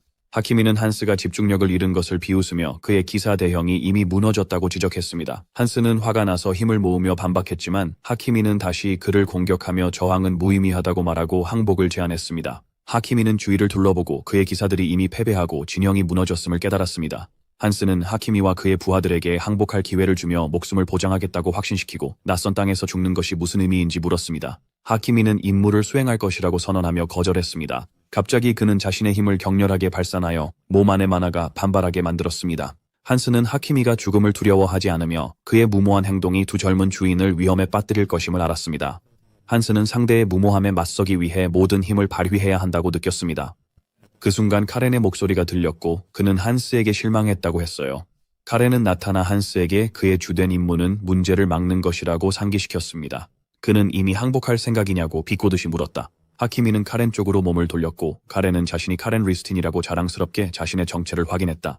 카렌은 재빠르게 하키미에게 달려들어 단 한 번의 치명적인 공격으로 그를 쓰러뜨렸습니다. 하키미가 마지막 숨을 내쉬며 카렌을 괴물이라고 불렀습니다. 카렌은 차분하게 칭찬에 감사한다고 말했지만 갑자기 그의 검이 다시 진동하는 것을 알아차렸습니다. 카렌은 위험이 끝나지 않았음을 깨닫고 하키미에게 마지막 수단이 남아있다고 비난했습니다. 하키미는 후회 없다고 답하며 몸 주위에 폭발적인 에너지가 감돌기 시작하면서 암시적으로 사과했습니다. 카렌은 놀랐고 그 순간 한스는 소리치며 기사들에게 전투 중간에 멍하니 서 있는 레어 경을 지키라고 명령했습니다. 한스는 주저없이 카렌 앞에 몸을 던졌습니다. 카렌은 그를 폭발로부터 보호하려 했습니다. 카렌은 무슨 일이냐고 외쳤고 한스는 하키미가 자폭 주문을 썼다고 했습니다. 폭발이 시작되자 한스는 카렌에게 자신이 무능해서 이런 일이 일어났다고 사과했습니다. 죽어가는 마지막 순간에 한스는 카렌에게 자신의 목숨을 구해달라고 간청했습니다. 거대한 폭발이 일어나 주변 지역을 초토화시켰습니다. 혼란 속에서 카렌은 그것을 깨우려는 어리석은 인간을 꾸짖는 신비로운 목소리를 들었습니다. 그 목소리는 오랜만에 기사들의 피를 맛보았으니 역할을 다하겠다고 선언하며 카렌에게 눈알이 터지지 않도록 눈을 꼭 감으라고 조언했습니다.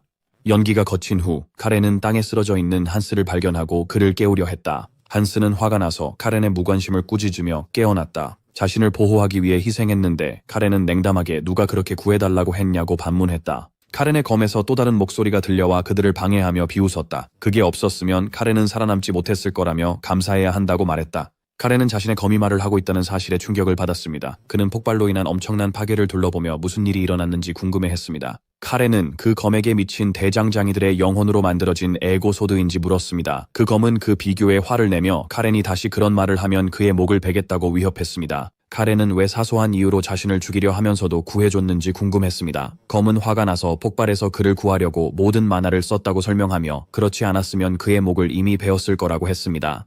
검은 피곤하다고 하면서 적과 싸우는 것 외에 만화를 얻을 방법이 있는지를 물었고 카렌의 피에서도 만화를 흡수할 수 있다고 설명했습니다. 카렌은 거미 주인의 피를 갈망하는 것을 보니 그것이 마검임에 틀림없다고 결론지었습니다. 바로 그때 한 무리의 기사들이 도착했습니다. 그들의 지휘관은 자신을 테바 자위대의 지휘관 헤일리라고 소개했습니다. 한은 나서서 헤일리에게 자신을 소개했습니다. 그들이 대화하는 동안 카렌은 검을 칼집에 넣었습니다. 검은 안에 있으면 말 못한다고 불평했고 카렌은 그게 좋다며 조용히 있으라고 했습니다. 헤일리는 카렌을 할로우 대공의 손자로 알아보고 불행한 사건에 대해 자신의 지역 책임을 표명했습니다. 그는 시장의 명령으로 공작 가문 가족들을 안전하게 호송하러 왔다고 설명했습니다. 카렌은 동의하며 그에게 마차로 이동 중 많은 부상자들을 돌봐달라고 했습니다. 한스는 카렌에게 블루시 성으로 돌아가고 싶지 않은 게 확실한지 물으며 위험이 아직 끝나지 않았고 현장 조사가 시간이 걸릴 것이라 했습니다. 카렌은 한스를 안심시키며 이미 제리스 경과 연락했다고 말했어요. 너무 걱정할 필요는 없다고 했죠. 그런 다음 화제를 바꾸며 한스에게 자폭한 남자의 신원을 아냐고 물었어요. 한스는 그 남자가 바바르 술탄국의 육성기사 수인 하킴이라고 대답했습니다. 카렌은 상황의 심각성을 생각하기 시작했고 할아버지가 술탄국과 개인적으로 체결한 불가침 조약이 이제 위태로워졌는지 궁금해했습니다. 런은 제국과 술탄국의 관계가 악화되고 있었지만 그러한 공격을 정당화할 정도로 심각한 수준은 아니었다고 인정했습니다. 카렌은 하키미의 행동이 전쟁을 선포할 충분한 이유가 된다고 결론지었다. 마차 안에서 카렌은 러가 피로 물든 손을 충격에 빠져 바라보는 것을 알아챘다. 러는 카렌이 전에 말한 것을 못 들었다고 하며 손이 왜 떨리는지 혼란스러워했다. 카렌은 그의 반응이 당연하다며 처음 사람을 죽였기 때문이라고 설명했다. 생명을 앗아가는 것에 익숙해지기는 어렵지만 러에게 이 감정을 극복해야 한다고 말했다. 이것이 삶의 본질이기 때문이다. 잠시 후 경비병이 그들이 곧 테바 자치지역에 도착할 것이라고 알렸습니다. 도시로 들어서자 카렌 왕은 창밖을 내다보며 그 건물들이 얼마나 화려하고 호화로운지 혼잣말로 감탄했습니다. 시장은 그들을 따뜻하게 맞이하며 테바 지역에 온 것을 환영했습니다. 시장은 그들이 무사히 도착해 안도하며 이번 사건의 배후를 밝히기 위해 그의 지역이 최선을 다할 것이고 리스트레인 가문의 조사에 전폭적으로 협력할 것을 약속했습니다. 카렌은 그를 멈추고 테바 지역이 공격에 관여하지 않았다는 것을 알고 있다고 시장을 안심시켰고 시장은 눈에 띄게 안도했다. 한스는 시장이 재무장관이었을 때와 많이 달라졌다고 언급했고 시장은 저주받은 시장직을 수락한 것을 후회한다고 답했습니다. 그는 공작 손자 앞에서 비공식적으로 말한 것에 사과했습니다. 카렌은 연장자와의 격식이 불편하다며 편하게 말씀하시라고 했습니다. 시장은 처음에는 위대한 공작 가문의 일원에게 반말을 쓸 수 없다고 망설였지만 곧 카렌의 제안을 기꺼이 받아들였고 실수로 그의 이름을 부른 후 자신을 정정했습니다. 분위기를 바꾸기 위해 시장은 다른 장소로 이동하여 대화를 계속할 것을 제안했습니다. 개인 방에서 카렌은 시장에게 질문을 시작하며 공격자들이 철도를 파괴할 때 만화가 아닌 폭발물을 사용했다고 지적했습니다. 그는 폭발물은 제국에 의해 엄격히 관리되는 군수품 관리국을 통해서만 얻을 수 있으며 내부에서 밀반출하는 것은 거의 불가능하다고 설명했습니다. 카렌은 폭발물이 제국 외부, 특히 바바르 술탄국에서 밀수된 것이 아닌가 하는 자신의 이론을 제시했습니다. 그는 제국과 술탄국만이 그러한 고품질의 폭발물을 제조할 수 있는 유일한 곳이라고 시장에게 상기시키며 테바의 상인이 이러한 밀수에 연루되었다면 시장에게 매우 난처한 상황이 될 것이라고 암시했습니다. 시장은 카렌의 추론이 맞다는 것에 놀랐습니다. 시장은 카렌의 이론에 동의하지 않으면 공범으로 보일 수 있음을 깨달았고 밀수 가능성을 인정할 수밖에 없었습니다. 시장은 속으로 자신을 곤란하게 만든 어리석은 밀수업자들을 저주했다. 그때 카렌은 그에게 한 가지를 기억하라고 요청했다. 바로 이 사건에서 바다 늑대 기사단과 블루시성의 구성원들이 피해를 입었다는 것이었다. 시장은 자신이 궁지에 몰렸음을 깨달았습니다. 리스테인 가문은 은혜는 10배, 빚은 100배로 갚는 것으로 유명했고 협조하지 않으면 끝장날 것을 알았습니다. 시장은 화제를 바꾸기 위해 카렌에게 그의 아버지의 안부를 물으며 그를 잘 알고 있으며 카렌의 외할아버지인 겔 경과도 친분이 있다고 주장했습니다. 카렌은 시장이 갑자기 이름을 언급하며 진정한 정치인임을 증명하는 것을 비꼬며 미소를 지었다. 그 순간 한 보좌관이 수도에서 온 긴급 메시지를 가지고 방으로 뛰어들어왔다. 시장은 제국 경비대가 출발했다는 내용을 이미 알고 있다고 생각했습니다. 그러나 보좌관은 그것이 단순히 제국 경비대만이 아니라고 설명했습니다. 국세청장이 직접 제1특별부대를 이끌고 테바로 향했다고 했습니다. 보좌관은 국장이 악마왕이라는 별명으로 알려진 겔 바리톤이라고 밝혔습니다. 시장은 겔이라는 이름을 듣고 충격을 받았고 겔경이 직접 온 것인지 궁금해했습니다. 그는 카렌에게 돌아서서 이것을 예상했는지 물었다. 카렌은 그렇다고 대답하며 그의 외할아버지가 그를 매우 아끼셔서 손자가 위험에 처하면 모든 것을 제쳐두고 구하러 오실 것이라고 설명했다. 그날 밤 국세청 제1특별부대의 병력이 테바 영토에 도착하여 도시의 분비는 거리에서 긴장감을 확산시키기 시작했습니다. 게일 베리톤 국장은 좋지 않은 징조를 보이는 엄격한 표정으로 그들을 이끌었다. 한편 할롯 대공은 방금 도착하여 그 장면을 지켜보고 있었다. 그의 수행원이 도착이 빠르다고 말하자 할롯은 그것이 그의 손자와 관련이 있다고 답했습니다. 한편 테바의 상인들은 분노와 혼란에 빠져 있었습니다. 그들은 준비할 시간을 전혀 주지 않고 그날 밤 갑작스럽게 세무조사를 실시하기로 한 결정에 놀랐으며 악명 높은 제1특별부서가 조사를 담당할 것이라는 점에 대해 불만을 제기했습니다. 회의실에서 시장이 그들을 진정시키려 애쓰고 있을 때 카렌과 그의 일행이 들어왔다. 한 고위 상인이 시장의 입장을 지지하며 상황의 심각성을 강조했다. 카렌은 모인 상인들에게 그들이 직면한 재앙의 심각성을 설명했습니다. 그는 황제의 철도가 파괴되었을 뿐만 아니라 대공의 손자와 블루시 캐슬의 구성원들도 공격을 받았다는 점을 상기시켰습니다. 그는 폭발물로 공격이 있었고 테바 영토 무역 조합을 통해 밀반입된 것 같다고 덧붙였습니다. 그리고 이제 상황의 심각성을 이해했는지 물었습니다. 상인들은 당황하여 물러서려 하며 그저 준비할 시간을 더 달라고 요청했을 뿐이라고 주장했습니다. 카렌은 말하고 있는 상인의 이름을 물었고 그는 호머 무역그룹의 호머 자작이라고 자신을 소개했습니다. 카렌은 차분하게 자신이 직접 조세청에 있는 할아버지께 자작의 이름을 전달하겠다고 답했습니다. 자작은 두려워하며 카렌에게 자신의 경솔한 발언을 용서해달라고 간청했습니다. 그 순간 제1특별부대와 국장의 도착이 발표되었습니다. 게일과 그의 부하들이 들어와 모든 무역그룹에 대한 세무조사의 즉각적인 시작을 발표했습니다. 그는 국세청이 밀수와 탈세를 통해 축적된 재산에 대한 보고를 받았으며 황제께서 직접 철저한 조사를 명령하셨고 모두의 전적인 협조를 요구하셨다고 설명했습니다. 러는 첫 번째 특별부대가 정말 그렇게 무서운지 속삭이며 물었습니다. 한스는 이 부대가 고위 상인과 귀족들을 상대하는데 그들의 상대가 워낙 강력해서 황실 경호대까지 동원할 수 있다고 설명하며 그들이 정말 무섭다고 확인했습니다. 그 후 게일은 카렌에게 다가가 반갑게 인사하며 그들이 마지막으로 만난 지 3년이 지났다고 말했다. 나중에 게일과 카렌은 개인적으로 대화를 나누고 있었다. 게일은 손자에게 정말 괜찮은지 물었고 카렌은 괜찮다고 안심시켰습니다. 게일은 그에게 누군가를 의심하고 있는지 물었지만 카렌은 부인했습니다. 게일이 내부 가족 문제일 가능성을 제기했을 때 카렌은 만약 그의 삼촌들이 범인이라면 아무런 흔적도 남기지 않았을 것이라고 말하며 그 생각을 일축했습니다. 그는 이 사건의 범인들이 마치 바바르 술탄국의 소행인 것처럼 보이도록 일부러 흔적을 남겼다고 설명했다. 겔은 손자에게 범인을 직접 찾아 처벌할 생각이 있는지 물었고 그러지 말라고 조언하며 세상은 넓고 강력한 사람들이 많으며 이곳에도 여전히 위험이 도사리고 있다고 상기시켰습니다. 그는 그에게 당분간 조용히 있으라고 하고 황제의 명령에 따라 다음 날 아침 수도로 떠날 것이라 말했다. 어른들이 이 문제를 처리할 것이라며 그를 안심시켰다. 카렌은 미소를 지으며 차분히 있을 것을 약속했다. 하지만 게일이 자리를 떠나자 그는 정전이 일어날 것이라고 생각하며 카렌이 결코 약속을 지킬 의도가 없었다는 것을 깨달았다. 그날 밤 오웬이라는 사람의 집에서는 급히 마차에 짐을 싣느라 부산했습니다. 마차 안에서 그의 아내가 그에게 함께 갈 것인지 물었습니다. 그는 그녀에게 곧 따라가겠다고 안심시키고 마차를 출발시키라고 했습니다. 마차가 떠나자 가족들이 그를 부르는 가운데 오웬은 그들이 떠나는 것을 보며 가족을 먼저 보냈다는 생각에 자신의 상황을 저주했습니다. 도시의 다른 곳에서 할로 대공은 옥상에서 지켜보고 있었습니다. 그의 부하 중 한 명이 목표물이 움직이기 시작했다고 보고하자 할로는 정리 작업을 신속하고 실수 없이 진행하라고 명령했습니다. 한편 카렌은 한밤중에 방에서 칼을 갈고 있었다. 막 도착한 세르제라스가 그를 방해하며 다시 문제를 일으킬 계획이냐고 물었다. 카렌은 게일 위원이 외출 금지 소식을 전했다며 제러스에게 자신을 막을 계획이 있는지 물었습니다. 제러스는 가문의 수장 명령을 전달하러 왔다고 했습니다. 대공 할로체리스는 리스테인 가문의 막내 손자인 카렌 리스테인에게 공식적으로 명령을 전달했습니다. 이 명령을 받는 즉시 범인을 찾아내고 죽은 자들의 피값을 받아내야 합니다. 그는 명령을 마치며 카렌에게 블루시 성의 법이 무엇인지 명확히 보여주라고 했습니다. 카렌은 그 말을 듣고 악랄하게 미소 지으며 가문의 수장 명령에 따르겠다고 했습니다.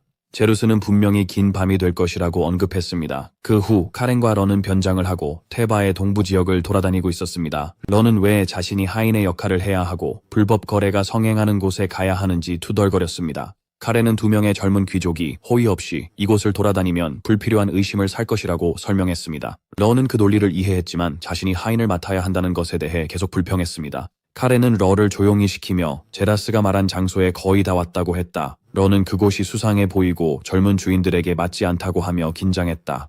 카렌은 그를 비웃으며 겁나면 돌아가도 좋다고 했습니다. 갑자기 한 사람이 나타나 왜 그곳에 있는지 물었습니다. 카렌은 앞으로 나서서 그에게 인사하며 세르제라스가 보냈다고 설명했습니다. 남자는 그들을 환영하며 젊은 주인들을 섬기는 것이 영광이라 했습니다. 그는 얼굴을 드러내고 자신을 훌리오라 소개한 후 그들을 위해 준비된 안전한 집으로 가자고 했습니다. 안전 가옥 안에서 훌리오는 그곳이 도청 방지 장치로 장비되어 있어 자유롭게 이야기할 수 있다고 설명했습니다. 테바 출신인 카렌은 그에게 어떻게 리스테인 가문의 정보원이 되었는지 물었습니다. 훌리오는 자신이 어렸을 때 자리스경이 베풀어준 친절에 보답하고 있다고 대답했습니다. 카렌은 본론으로 들어가 누군가가 폭발물을 밀반입하고 그들의 수도 여행 정보를 악용하여 리스테인 가문을 공격하려는 계획이 있다는 정보를 얻었다고 말했습니다. 카렌은 훌리오에게 범인을 아는지 물었고 훌리오는 그렇다고 답했습니다. 그는 수집한 정보에 따르면 폭발물을 거래하는 암시장의 그룹은 두 곳뿐이라고 설명했습니다.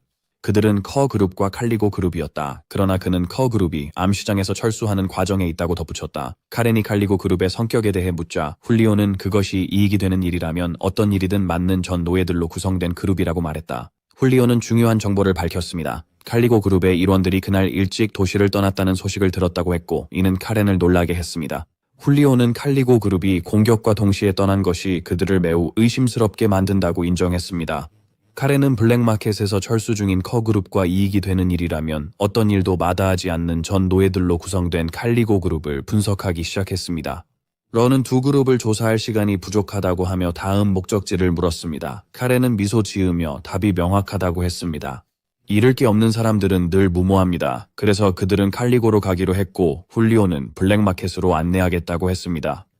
한편 글린 시장은 게일 위원과 대화 중이었다. 글린은 게일에게 카렌을 혼자 두는 것이 괜찮은지 물었다. 게일은 사위인 할로우 대공이 개인적으로 부탁하는 편지를 보내와 다른 선택이 없었다고 답하며 늑대는 늑대 방식으로 처리한다고 덧붙였다. 게일은 카렌이 직접 그에게 부탁하여 자신을 지연시키고 그의 길에서 벗어나게 할 어떤 핑계라도 만들어 달라고 했다고 밝혔다. 손자의 대담함에 감명을 받았지만 근래는 카렌이 겨우 13세에 불과하다는 점을 염려했다. 게일은 이러한 우려를 일축하며 카렌은 이미 자신의 능력을 입증했으며 천재에게 나이는 숫자에 불과하다고 말했습니다. 하지만 글리는 테바가 언제든지 위험이 닥칠 수 있는 곳이며 그곳의 일부 무역단체들이 수도의 정치인들을 매수하여 영향력을 확장하고 있다고 주장했습니다. 그는 할로우 공작이 국경에 머물기로 했지만 수도의 강력한 귀족 가문들이 리스테인 가문을 주시하고 있으며 테베는 그들의 호의를 얻기 위해 뭐든 할 사람들이 많다고 덧붙였습니다. 게일은 황제께서 테베에 개입하신 이유가 제국이 단순히 이익만을 추구하는 사람들에 의해 운영되지 않도록 하기 위해서라고 설명했습니다. 게일은 놀라운 소식을 전했어요. 메이슨 경이 테베에 있다는 것이었죠. 글리는 그가 불굴의 방패 메이슨을 말하는 건지 궁금해하며 놀랐어요. 8명은 캐런과 그의 그룹과 함께 뒤를 돌아보았다. 그들은 마침내 칼리고 암시장의 입구에 도착했다. 훌리오는 이것이 유일한 입구임을 확인하고 비상시에는 내부에서 봉쇄될 수 있다고 설명했다. 캐런은 이것이 잔인하다고 언급했다. 그들이 내려갈 준비를 할 때 길이 막힌 걸 발견했어요. 경비원들이 훌리오를 붙잡고 있었죠. 경비원 중 한 명이 훌리오에게 오늘은 상사의 명령으로 손님을 받지 않는다며 돌아가라고 했습니다. 훌리오가 이유를 묻자 경비원은 모른다며 정중히 떠나달라고 했습니다. 계속 질문하자 경비원은 위협적으로 칼을 뽑았습니다. 카렌은 침착하게 경비병에게 운을 시험해보라며 칼을 뽑아보라고 도전했어요. 경비병은 망설였고 훌리오는 카렌에게 진정하라고 애원했어요. 그때 카렌은 오르하로 변장한 레오를 향해 돌아서서 그에게 플랜 B를 시작하라고 명령했습니다. 러는 처음부터 플랜 B가 없었다고 생각하며 혼란스럽고 충격을 받았습니다. 경비원이 말이 더 이상 소용이 없다는 것을 깨닫고 그들의 마음을 바꾸려는 모든 시도가 실패한 후 그는 최후의 수단으로 힘을 사용하기로 결정했습니다. 막 움직이려던 순간 카룬의 날카로운 목소리가 그에게 기다리라고 말하며 눈 깜짝할 사이에 그에게 달려들었습니다. 이 갑작스러운 공격 속에서 카룬의 전설적인 검 길로틴은 주인에게 비꼬는 어조로 바보라고 부르며 이런 하찮은 피는 자신의 품격에 어울리지 않아 맛보기를 거부한다고 차갑게 설명했습니다. 카룬은 진심으로 놀랐습니다. 그는 검이 이렇게 대담하고 주저없이 말할 줄은 예상하지 못했습니다. 검은 자신의 칼날이 주인의 손에 닿아 있는 한 자유롭게 소통할 수 있다고 설명했습니다. 그 후 그것은 카룬을 비난하며 그가 그것을 사용하는 이유는 그의 무모하고 피에 굶주린 성격에 맞는 저주받은 검이라 주장했다. 경비원은 이 장면을 보고 충격을 받았고 카룬이 무엇을 하는지, 검이 어떻게 말을 하는지 궁금해했다. 그 순간 러는 번개처럼 빠르게 움직여 눈 깜짝할 사이에 겁에 질린 경비원 앞에 섰습니다. 훌리오는 카룬의 훌륭하고 뛰어난 전투 기술을 내심 칭찬하지 않을 수 없었고 그것을 명망 높은 리센 가문의 젊고 유망한 늑대들에게 어울리는 특별한 재능이라고 여겼습니다. 카룬은 레오가 이 혼란스럽고 긴장된 상황을 즐기는 것처럼 보이는 것을 알아차렸고 떨고 있는 경비원의 목에 차가운 검날을 댔다. 훌리오는 세르제라스가 이유 없이 카룬이 밤에 테베의 어두운 거리를 돌아다니게 두지 않았을 거라고 생각했습니다. 그리고 카룬은 경비원에게 그가 오랫동안 준비해온 인질극을 이제 시작해야 하냐고 비꼬았습니다. 경비병은 카룬의 말을 이해하려 애쓰며 멍해졌고 지금까지 일어난 일 이후에 이 상황에서 어떻게 안전하게 벗어날지 궁금해했다. 훌리오는 명문가 출신의 귀족이 이런 인질극을 벌일 것이라고는 믿을 수 없었다. 하지만 카룬은 그에게 자신이 이 모든 일을 스스로 처리할 것이라고 차분하게 안심시켰다. 그 순간 차분하고 강력한 여성의 목소리가 실망스럽다는 듯이 그들을 막으며 이제 그만하라고 했다. 칼리고의 신비로운 수장으로 드러난 그녀는 카룬에게 그녀의 충성스러운 부하들을 괴롭히지 말라고 요청했다. 카룬은 그녀가 정말로 그들을 신경 쓰는지 날카롭게 비꼬았고 그녀는 차분히 그들이 가장 힘들고 어두운 시기를 함께 했기에 그렇다고 확언했습니다. 수장은 경고하며 그녀의 영토에서 열정적인 젊은 늑대가 찢겨지는 걸 가만히 볼 수 없다고 했습니다. 카룬은 그녀가 이미 그들의 정체를 알고 있음을 알아차렸습니다. 족장이 그들을 안으로 초대하여 더 조용한 곳에서 이야기하자고 했지만 카룬은 여전히 그들 사이에 신뢰가 부족하다고 쿨하게 응답했습니다. 족장은 그녀의 소중한 부하가 한동안 인질 역할을 해야 한다는 것을 깨달았고 카룬이 인질 상황을 명백히 즐기고 있다는 점에 대해 희미한 미소를 지으며 언급했습니다. 그녀는 내부에서 기다리겠다고 하면서 신뢰할 수 있는 칼에게 손님들을 안내하라고 지시했습니다. 카룬은 인질에게 자신보다 앞서 가라고 명령했고 인질은 즉시 수장의 명령에 따랐습니다. 도시의 다른 곳에서 시장과 겔은 걱정스러운 대화를 나누었습니다. 한 명은 숙련된 8등급 기사 메이슨 볼경이 정말 테베에 있는지 궁금해했고 다른 한 명은 그럴 가능성이 높다고 했습니다. 첫 번째 사람은 이 기사단의 존재가 황제의 방탕하고 사생아인 무모한 여섯 번째 왕자 릴리비오가 테베에 있다는 것을 의미한다고 결론지었습니다. 시장은 게일에게 이 상황에 대해 걱정하고 있는지 물었고 게일은 국왕폐하께서 친히 엘리트 제국 경비대에서 메이슨 경을 선택하여 여섯 번째 왕자를 보호하는 어려운 임무를 맡기셨다고 설명했습니다. 왕자의 예측 불가능한 행동에도 불구하고 시장은 그가 희귀하고 다양한 마법 도구 거래를 위해 테베에 왔을 것이라고 말했습니다. 그들의 큰 걱정은 카룬이 왕자를 만날 가능성이었어요. 카룬은 문제없는 상황에서도 문제를 만드는 사람으로 알려져 있었고 문제가 없으면 스스로 만들어내는 사람이었기 때문입니다. 카룬과 그의 무리가 돌아와서 그들은 칼리고의 비밀 본부에 들어갔고 카룬은 그의 부하들에게 새로운 손님인 인지를 맞이하라고 명령했습니다. 안에는 그의 외모를 가린 금색 가면을 쓴 신비로운 남자가 있었습니다. 가면 쓴 남자는 주저없이 카룬의 이름을 불렀다. 카룬은 이 낯선 사람이 자신을 어떻게 아는지 궁금해하며 놀랐다. 하지만 더 중요한 것은 그 순간 그가 중대한 일과 위험한 일이 곧 일어날 것임을 깨달았다는 것이다. 가면 쓴 남자는 예상치 못한 곳에서 유명한 카룬 리센을 만나게 되어 놀랍고 기쁘다고 했습니다. 그의 명성은 널리 퍼져 있었습니다. 카루는 즉시 마스크 뒤에 서 있는 남자에게서 뿜어져 나오는 엄청난 마법 에너지가 8급 기사인 사비나나 제라스와 비슷한 힘을 가지고 있어 두렵다는 것을 감지했습니다. 런은 카룬에게 속삭이며 이 사람이 단순한 재능이 아닌 주목할 만한 힘을 가진 존재라는 의심을 확인시켜 주었고 카룬도 이에 동의했습니다. 카룬은 가면 쓴 남자에게 맞서며 그가 칼레고의 수장이 아님을 지적했습니다. 그러자 그 남자는 차분히 자신은 누이 루크를 보러 왔다고 했고 카룬은 그가 그녀의 남동생임을 알게 되었습니다. 그 남자는 그들이 혈연 관계가 없는 가짜 형제 자매라고 설명하고 자신을 소개했습니다. 카룬은 이 새로운 수수께끼를 이해하려고 하면서 혼란스러워졌습니다. 아무도 예상 못한 순간 카룬은 그의 빠르고 독특한 기술로 가면 쓴 남자를 인질로 잡았습니다. 그러나 두려워하기는커녕 그 남자는 히스테리컬하게 웃었습니다. 그는 밤 동료 메이슨을 불러 무슨 일이 일어났는지 보라고 하며 어떻게 자신이 이 흥미로운 상황에서 인질이 되었는지 비꼬듯 궁금해했다. 그는 상황이 예상보다 더 흥미롭고 재미있다고 느끼며 테베에 온 것이 정말 옳은 선택이었다고 확신했다. 카룬은 인질을 빛나는 황금 눈과 짙은 검은 머리카락으로 주에 깊게 살폈습니다. 강력한 8등급 기사 메이슨이라는 존재를 포함한 모든 증거를 조합하며 카룬은 충격적으로 자신이 6번째 왕자를 붙잡고 있음을 깨달았습니다. 왕자는 이 상황을 매우 재미있어하며 무모하게도 함께 왕궁을 뒤집어 놓자고 제안했습니다.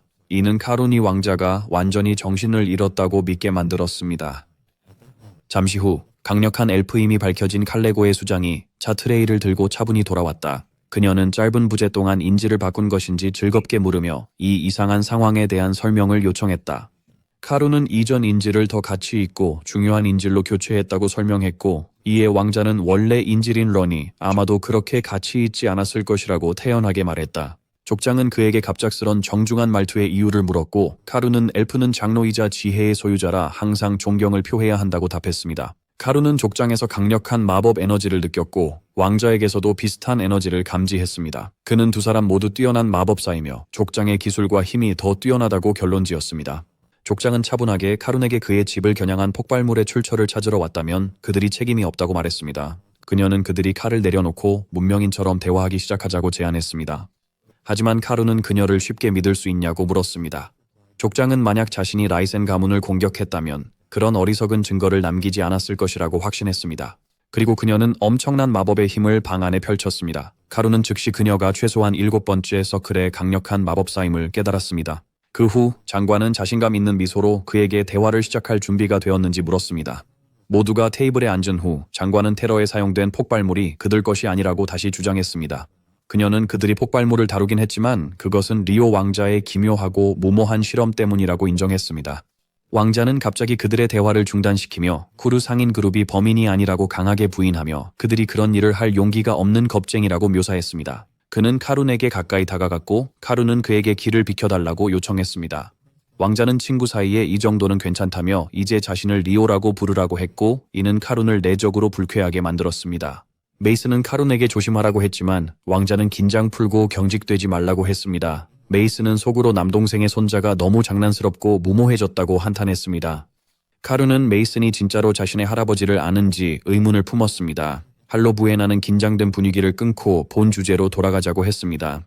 그녀는 정중하게 자신을 칼리고의 수장 부에나라고 소개하며 대륙의 위대한 영웅인 헤일로 대공의 손자들을 만나게 되어 깊은 영광이라고 표현했습니다. 부에나는 폭발물이 그들 소행이 아니라고 다시 강조했습니다. 그녀는 공격의 진범 신원을 밝혀주겠다고 제안했습니다. 그녀는 이 정보를 얻기 위한 간단한 조건이 있다고 덧붙였고 카룬은 이미 예상하고 있었습니다. 카룬은 그녀에게 조건을 솔직히 말해달라고 요청했고 부에나는 카룬이 리오와 친해지는 것이 조건이라고 했습니다. 카룬은 즉시 이 요청의 심각성과 정치적 함의를 깨달았습니다. 제국 가문과 직접적으로 연관되는 것은 위험이 따르며 그에게 많은 문제를 가져올 수 있었습니다.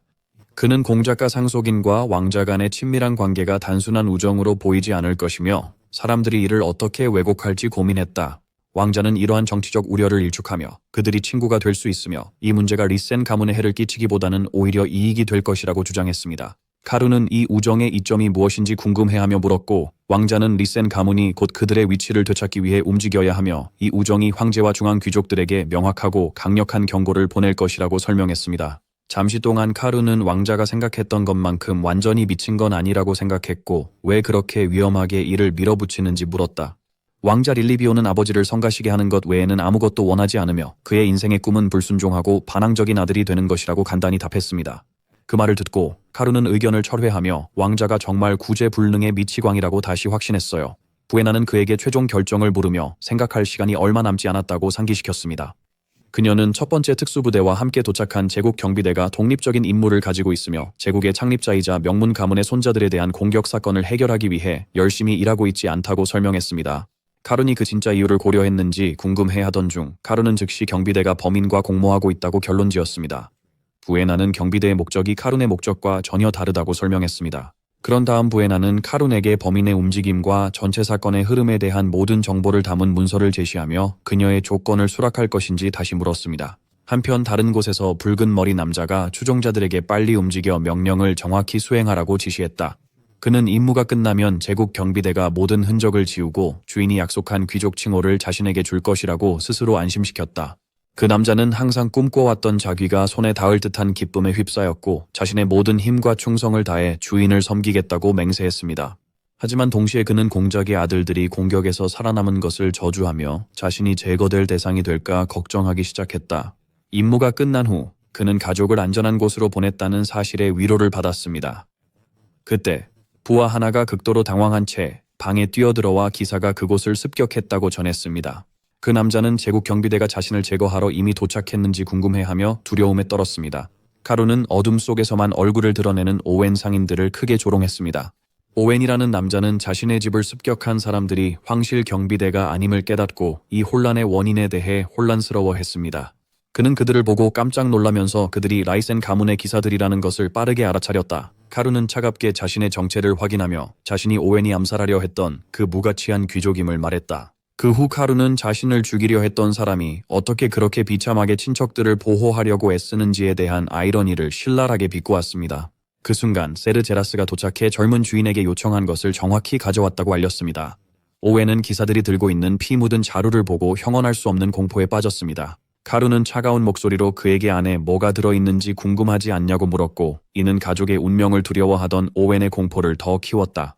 그러자 카룬은 자루를 그의 바로 앞에 바닥에 던지며 직접 확인하라고 말했습니다. 오웬은 내 가족이라고 비명을 지르며 주저앉았습니다. 자루 안에 가족의 시신이 있다고 믿던 오웬에게 카룬은 다가가 그의 얼굴을 세게 때리며 울음을 멈추고 자세히 보라고 했다. 그리고 비웃으며 그 손들이 정말 그의 가족의 손 같냐고 물었다. 오웬은 혼란스러워하며 그 손들이 누구의 것인지 물었습니다. 카룬은 그것들이 오웬의 동업자들이 그의 가족을 죽이려 보낸 청부살인자들의 손이라고 했습니다.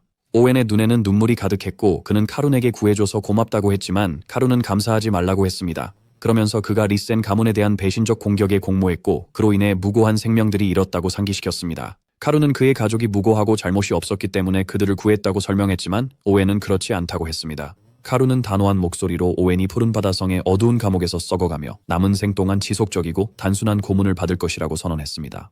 그는 제라스 경에게 그를 데려가라고 했습니다. 한편 부에나는 수도에 퍼진 황제 건강 악화 소문이 사실인지 왕자에게 물었습니다. 왕자는 귀족들이 그로 인해 혼란과 불안에 빠져 있으며 전쟁을 갈망하는 늙은 바보들만이 이 불길한 소식을 축하하고 있다고 확인했습니다. 그는 제국 경비대 내에서 전쟁 지지자들과 반대자들 간의 갈등이 날이 갈수록 심해지고 있다고 덧붙였습니다. 부에나는 왕자에게 그녀 덕분에 강력한 동맹을 얻었다며 놀렸습니다. 하지만 그는 카룬이 단순히 자신의 매력과 카리스마에 빠졌다고 대답했고 부에나는 그가 처음 만났을 때는 그렇지 않았다고 영리하게 말했다. 왕자는 궁전의 음모와 계략을 피해 안전을 찾아 테베스로 도망쳤을 때 어머니가 잔인하게 암살당했다고 회상했다. 충성스러운 메이슨 경이 마지막 순간에 그를 구하지 않았다면 그는 그녀와 함께 무덤에 갔을 겁니다. 부에나를 만나지 않았다면 마법을 배우지 못했고 지금의 자신이 되지 못했을 거라고 했습니다. 그들 둘이 그에게 매우 중요한 것처럼 카룬도 그에게 중요해질 것입니다. 왜냐하면 오랫동안 침묵을 지켜온 대공작 헤일로 가문이 마침내 움직이기 시작했기 때문입니다. 또 다른 장면에서 시장은 카룬이 공격과 전체 조사를 모두에게 공개하려는 대담한 의지에 충격을 받았습니다. 겔은 그에게 그들의 가문의 명성이 심각하게 훼손될 것이라고 경고하며 그의 결정이 확실한지 물었습니다. 시장은 카룬이 테베스 도시 전체를 책임지려는지 궁금했습니다. 카룬은 시장에게 그 부담이 자신에게 가지 않을 것이라며 범인들이 그들의 끔찍한 행위를 숨기지 못하게 하겠다고 맹세했습니다. 대신 시장은 모두에게 정의를 위해 용감히 맞선 정의로운 시장으로 보일 것입니다. 자리스는 가문의 수장인 헤일로 대공으로부터 카룬이 방해받지 않고 원하는 대로 하도록 하라는 명령을 받았던 것을 기억했습니다. 제루스는 카룬의 계획을 완전히 이해하지 못했지만 지시를 따르기로 했습니다. 이번에는 카룬을 믿고 어떤 일이 일어날지 주의 깊게 지켜보기로 했습니다. 그의 웅장하고 위험 있는 사무실에서 헤일로 경은 어린 손자로부터 긴급 메시지를 받았습니다. 카룬의 조수로서 카룬은 공격 관련 피해와 조사 결과를 공개 발표할 의도가 있음을 확인했습니다. 곧바로 헤일로는 카룬의 아버지 발리를 불러 계획을 상세히 설명한 편지가 도착했음을 알렸습니다. 헤일로는 그 계획이 조사의 결과를 발표하여 테베스 의회의 주요 인사가 공격에 연루된 혐의로 체포될 것임을 밝히는 것이며 이러한 사건의 재발을 방지하기 위해 의회가 전적으로 협력하고 있음을 보여주는 것이라고 설명했습니다. 그는 발리에게 의견을 물었습니다. 발리는 편지를 읽고 이 대담한 계획이 테베의 불안정한 정치 균형을 흔들 수 있다는 것을 깨닫고 충격을 받았습니다. 그는 그 계획의 주된 목표가 오랫동안 영향력이 적고 소외된 도시시장을 강화하는 것이라고 했습니다. 하로는 이에 동의하며 현재 의회 의원들이 큰 권력을 가지고 있지만 그들 중 한 명이 테러에 연루되었다는 사실이 드러나면 쉽게 회복할 수 없는 큰 타격을 입을 것이라고 설명했습니다. 할로는 그의 손자의 복잡한 성격을 되돌아보며 그가 항상 무모하고 충동적이었다는 것을 인정했지만 이번에는 놀라운 재치로 복수를 이루는 데 성공했다고 말했습니다. 그는 그들의 가족이 이제 테베스에서 더 큰 영향력과 통제를 얻었다고 했습니다. 하지만 이 영리한 움직임으로 발리는 아버지로서 걱정을 드러냈습니다. 하로는 카룬의 뛰어난 능력을 높이 평가하면서도 아들이 아직 13살이라는 점을 상기시켰습니다. 이렇게 어린 나이에 너무 큰 짐을 지우는 것은 아닌지 고민하자 하로는 바리에게 그가 아들을 맹목적으로 믿는다고 했던 사람임을 상기시키며 늑대는 험난하고 위험해도 늑대의 길을 걸어야 한다고 강하게 선언했습니다. 하로는 아버지가 자신의 아이가 잔혹하고 냉혹한 세상에 첫 발을 내딛는 것을 걱정하는 것이 당연하다고 인정했지만 그는 그가 이전에 약속한 대로 끝까지 그를 믿어달라고 촉구했습니다. 그때 발리는 어떤 결과가 있더라도 아들을 끝까지 믿겠다고 다시 한번 확언했습니다. 헤일로는 카룬 덕분에 이번 사건이 수도의 모든 부패한 인물들과 제국 경비대의 권력을 붙잡고 있는 기생충들에게 명확하고 강력한 경고가 될 것이라고 결론지었습니다. 그는 화가 나서 만약 어떤 사람이 여기 있었다면 주저없이 그들을 모두 참수했을 것이라고 말했다. 그 후 헤일로는 다가오는 폭풍에 대비하라고 발리에게 명령하며 리센이 다시 움직일 때가 되었다고 발표했다. 이에 그의 충성스러운 보좌관은 즉시 필요한 모든 준비를 하겠다고 답했다. 장면은 테베스시로 이동하여 그린 시장이 주요 건물의 광장에 모인 시민들에게 열정적으로 연설하고 있었습니다. 그는 대륙의 위대한 영웅인 할로 대공의 후계자를 죽이려는 한 의회의원이 권력을 향한 절망적이고 탐욕스러운 시도로 인해 깊은 수치심을 느낀다고 표현했습니다. 군중의 분노가 치솟았고 그들은 그린의 이름을 외치며 부패한 의회를 단호히 처리하라고 요구했습니다. 그린은 주먹을 들어 올리며 도시를 시민들에게 되돌려주고 이를 위해 최선을 다하겠다고 맹세했습니다. 가까운 발코니에서 카룬, 러, 그리고 러의 외할아버지 게일은 흥미롭게 그 장면을 지켜보고 있었다.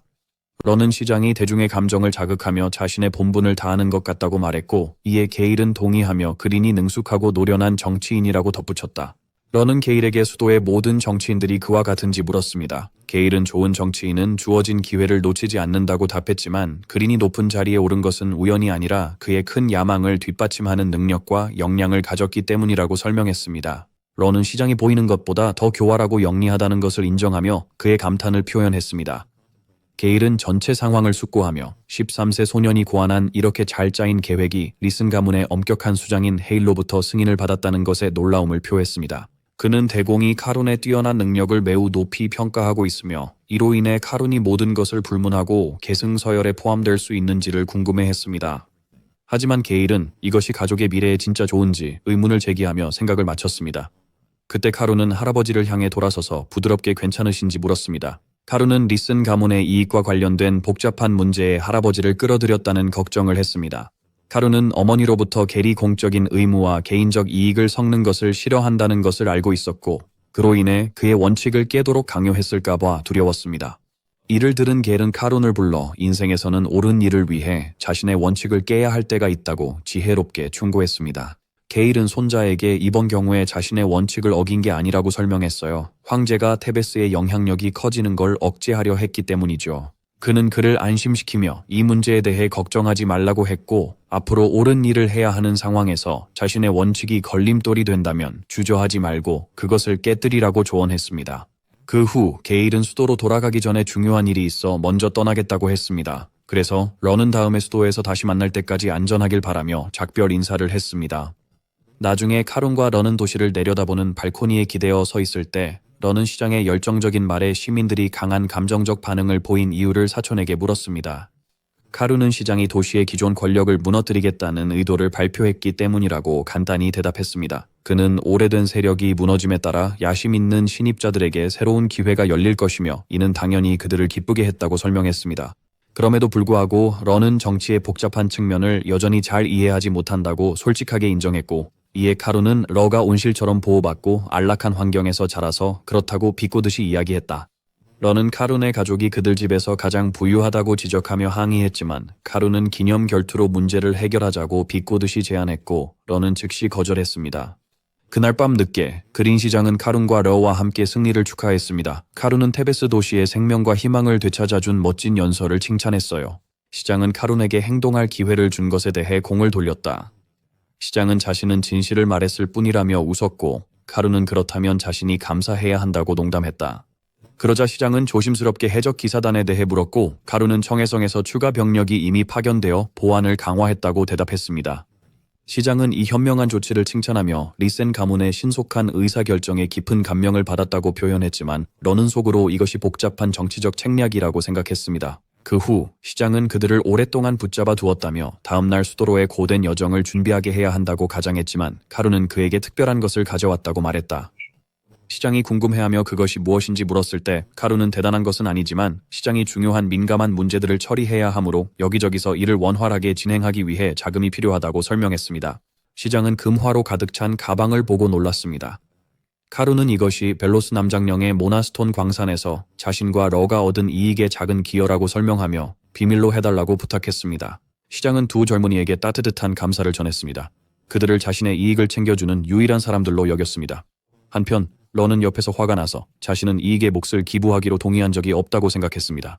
다음 날 수도로 출발하기 위해 짐이 실리고 있을 때 한 보좌관이 카룬에게 황실 경비대가 그들의 안전을 책임지고 호위할 것이라고 알렸습니다.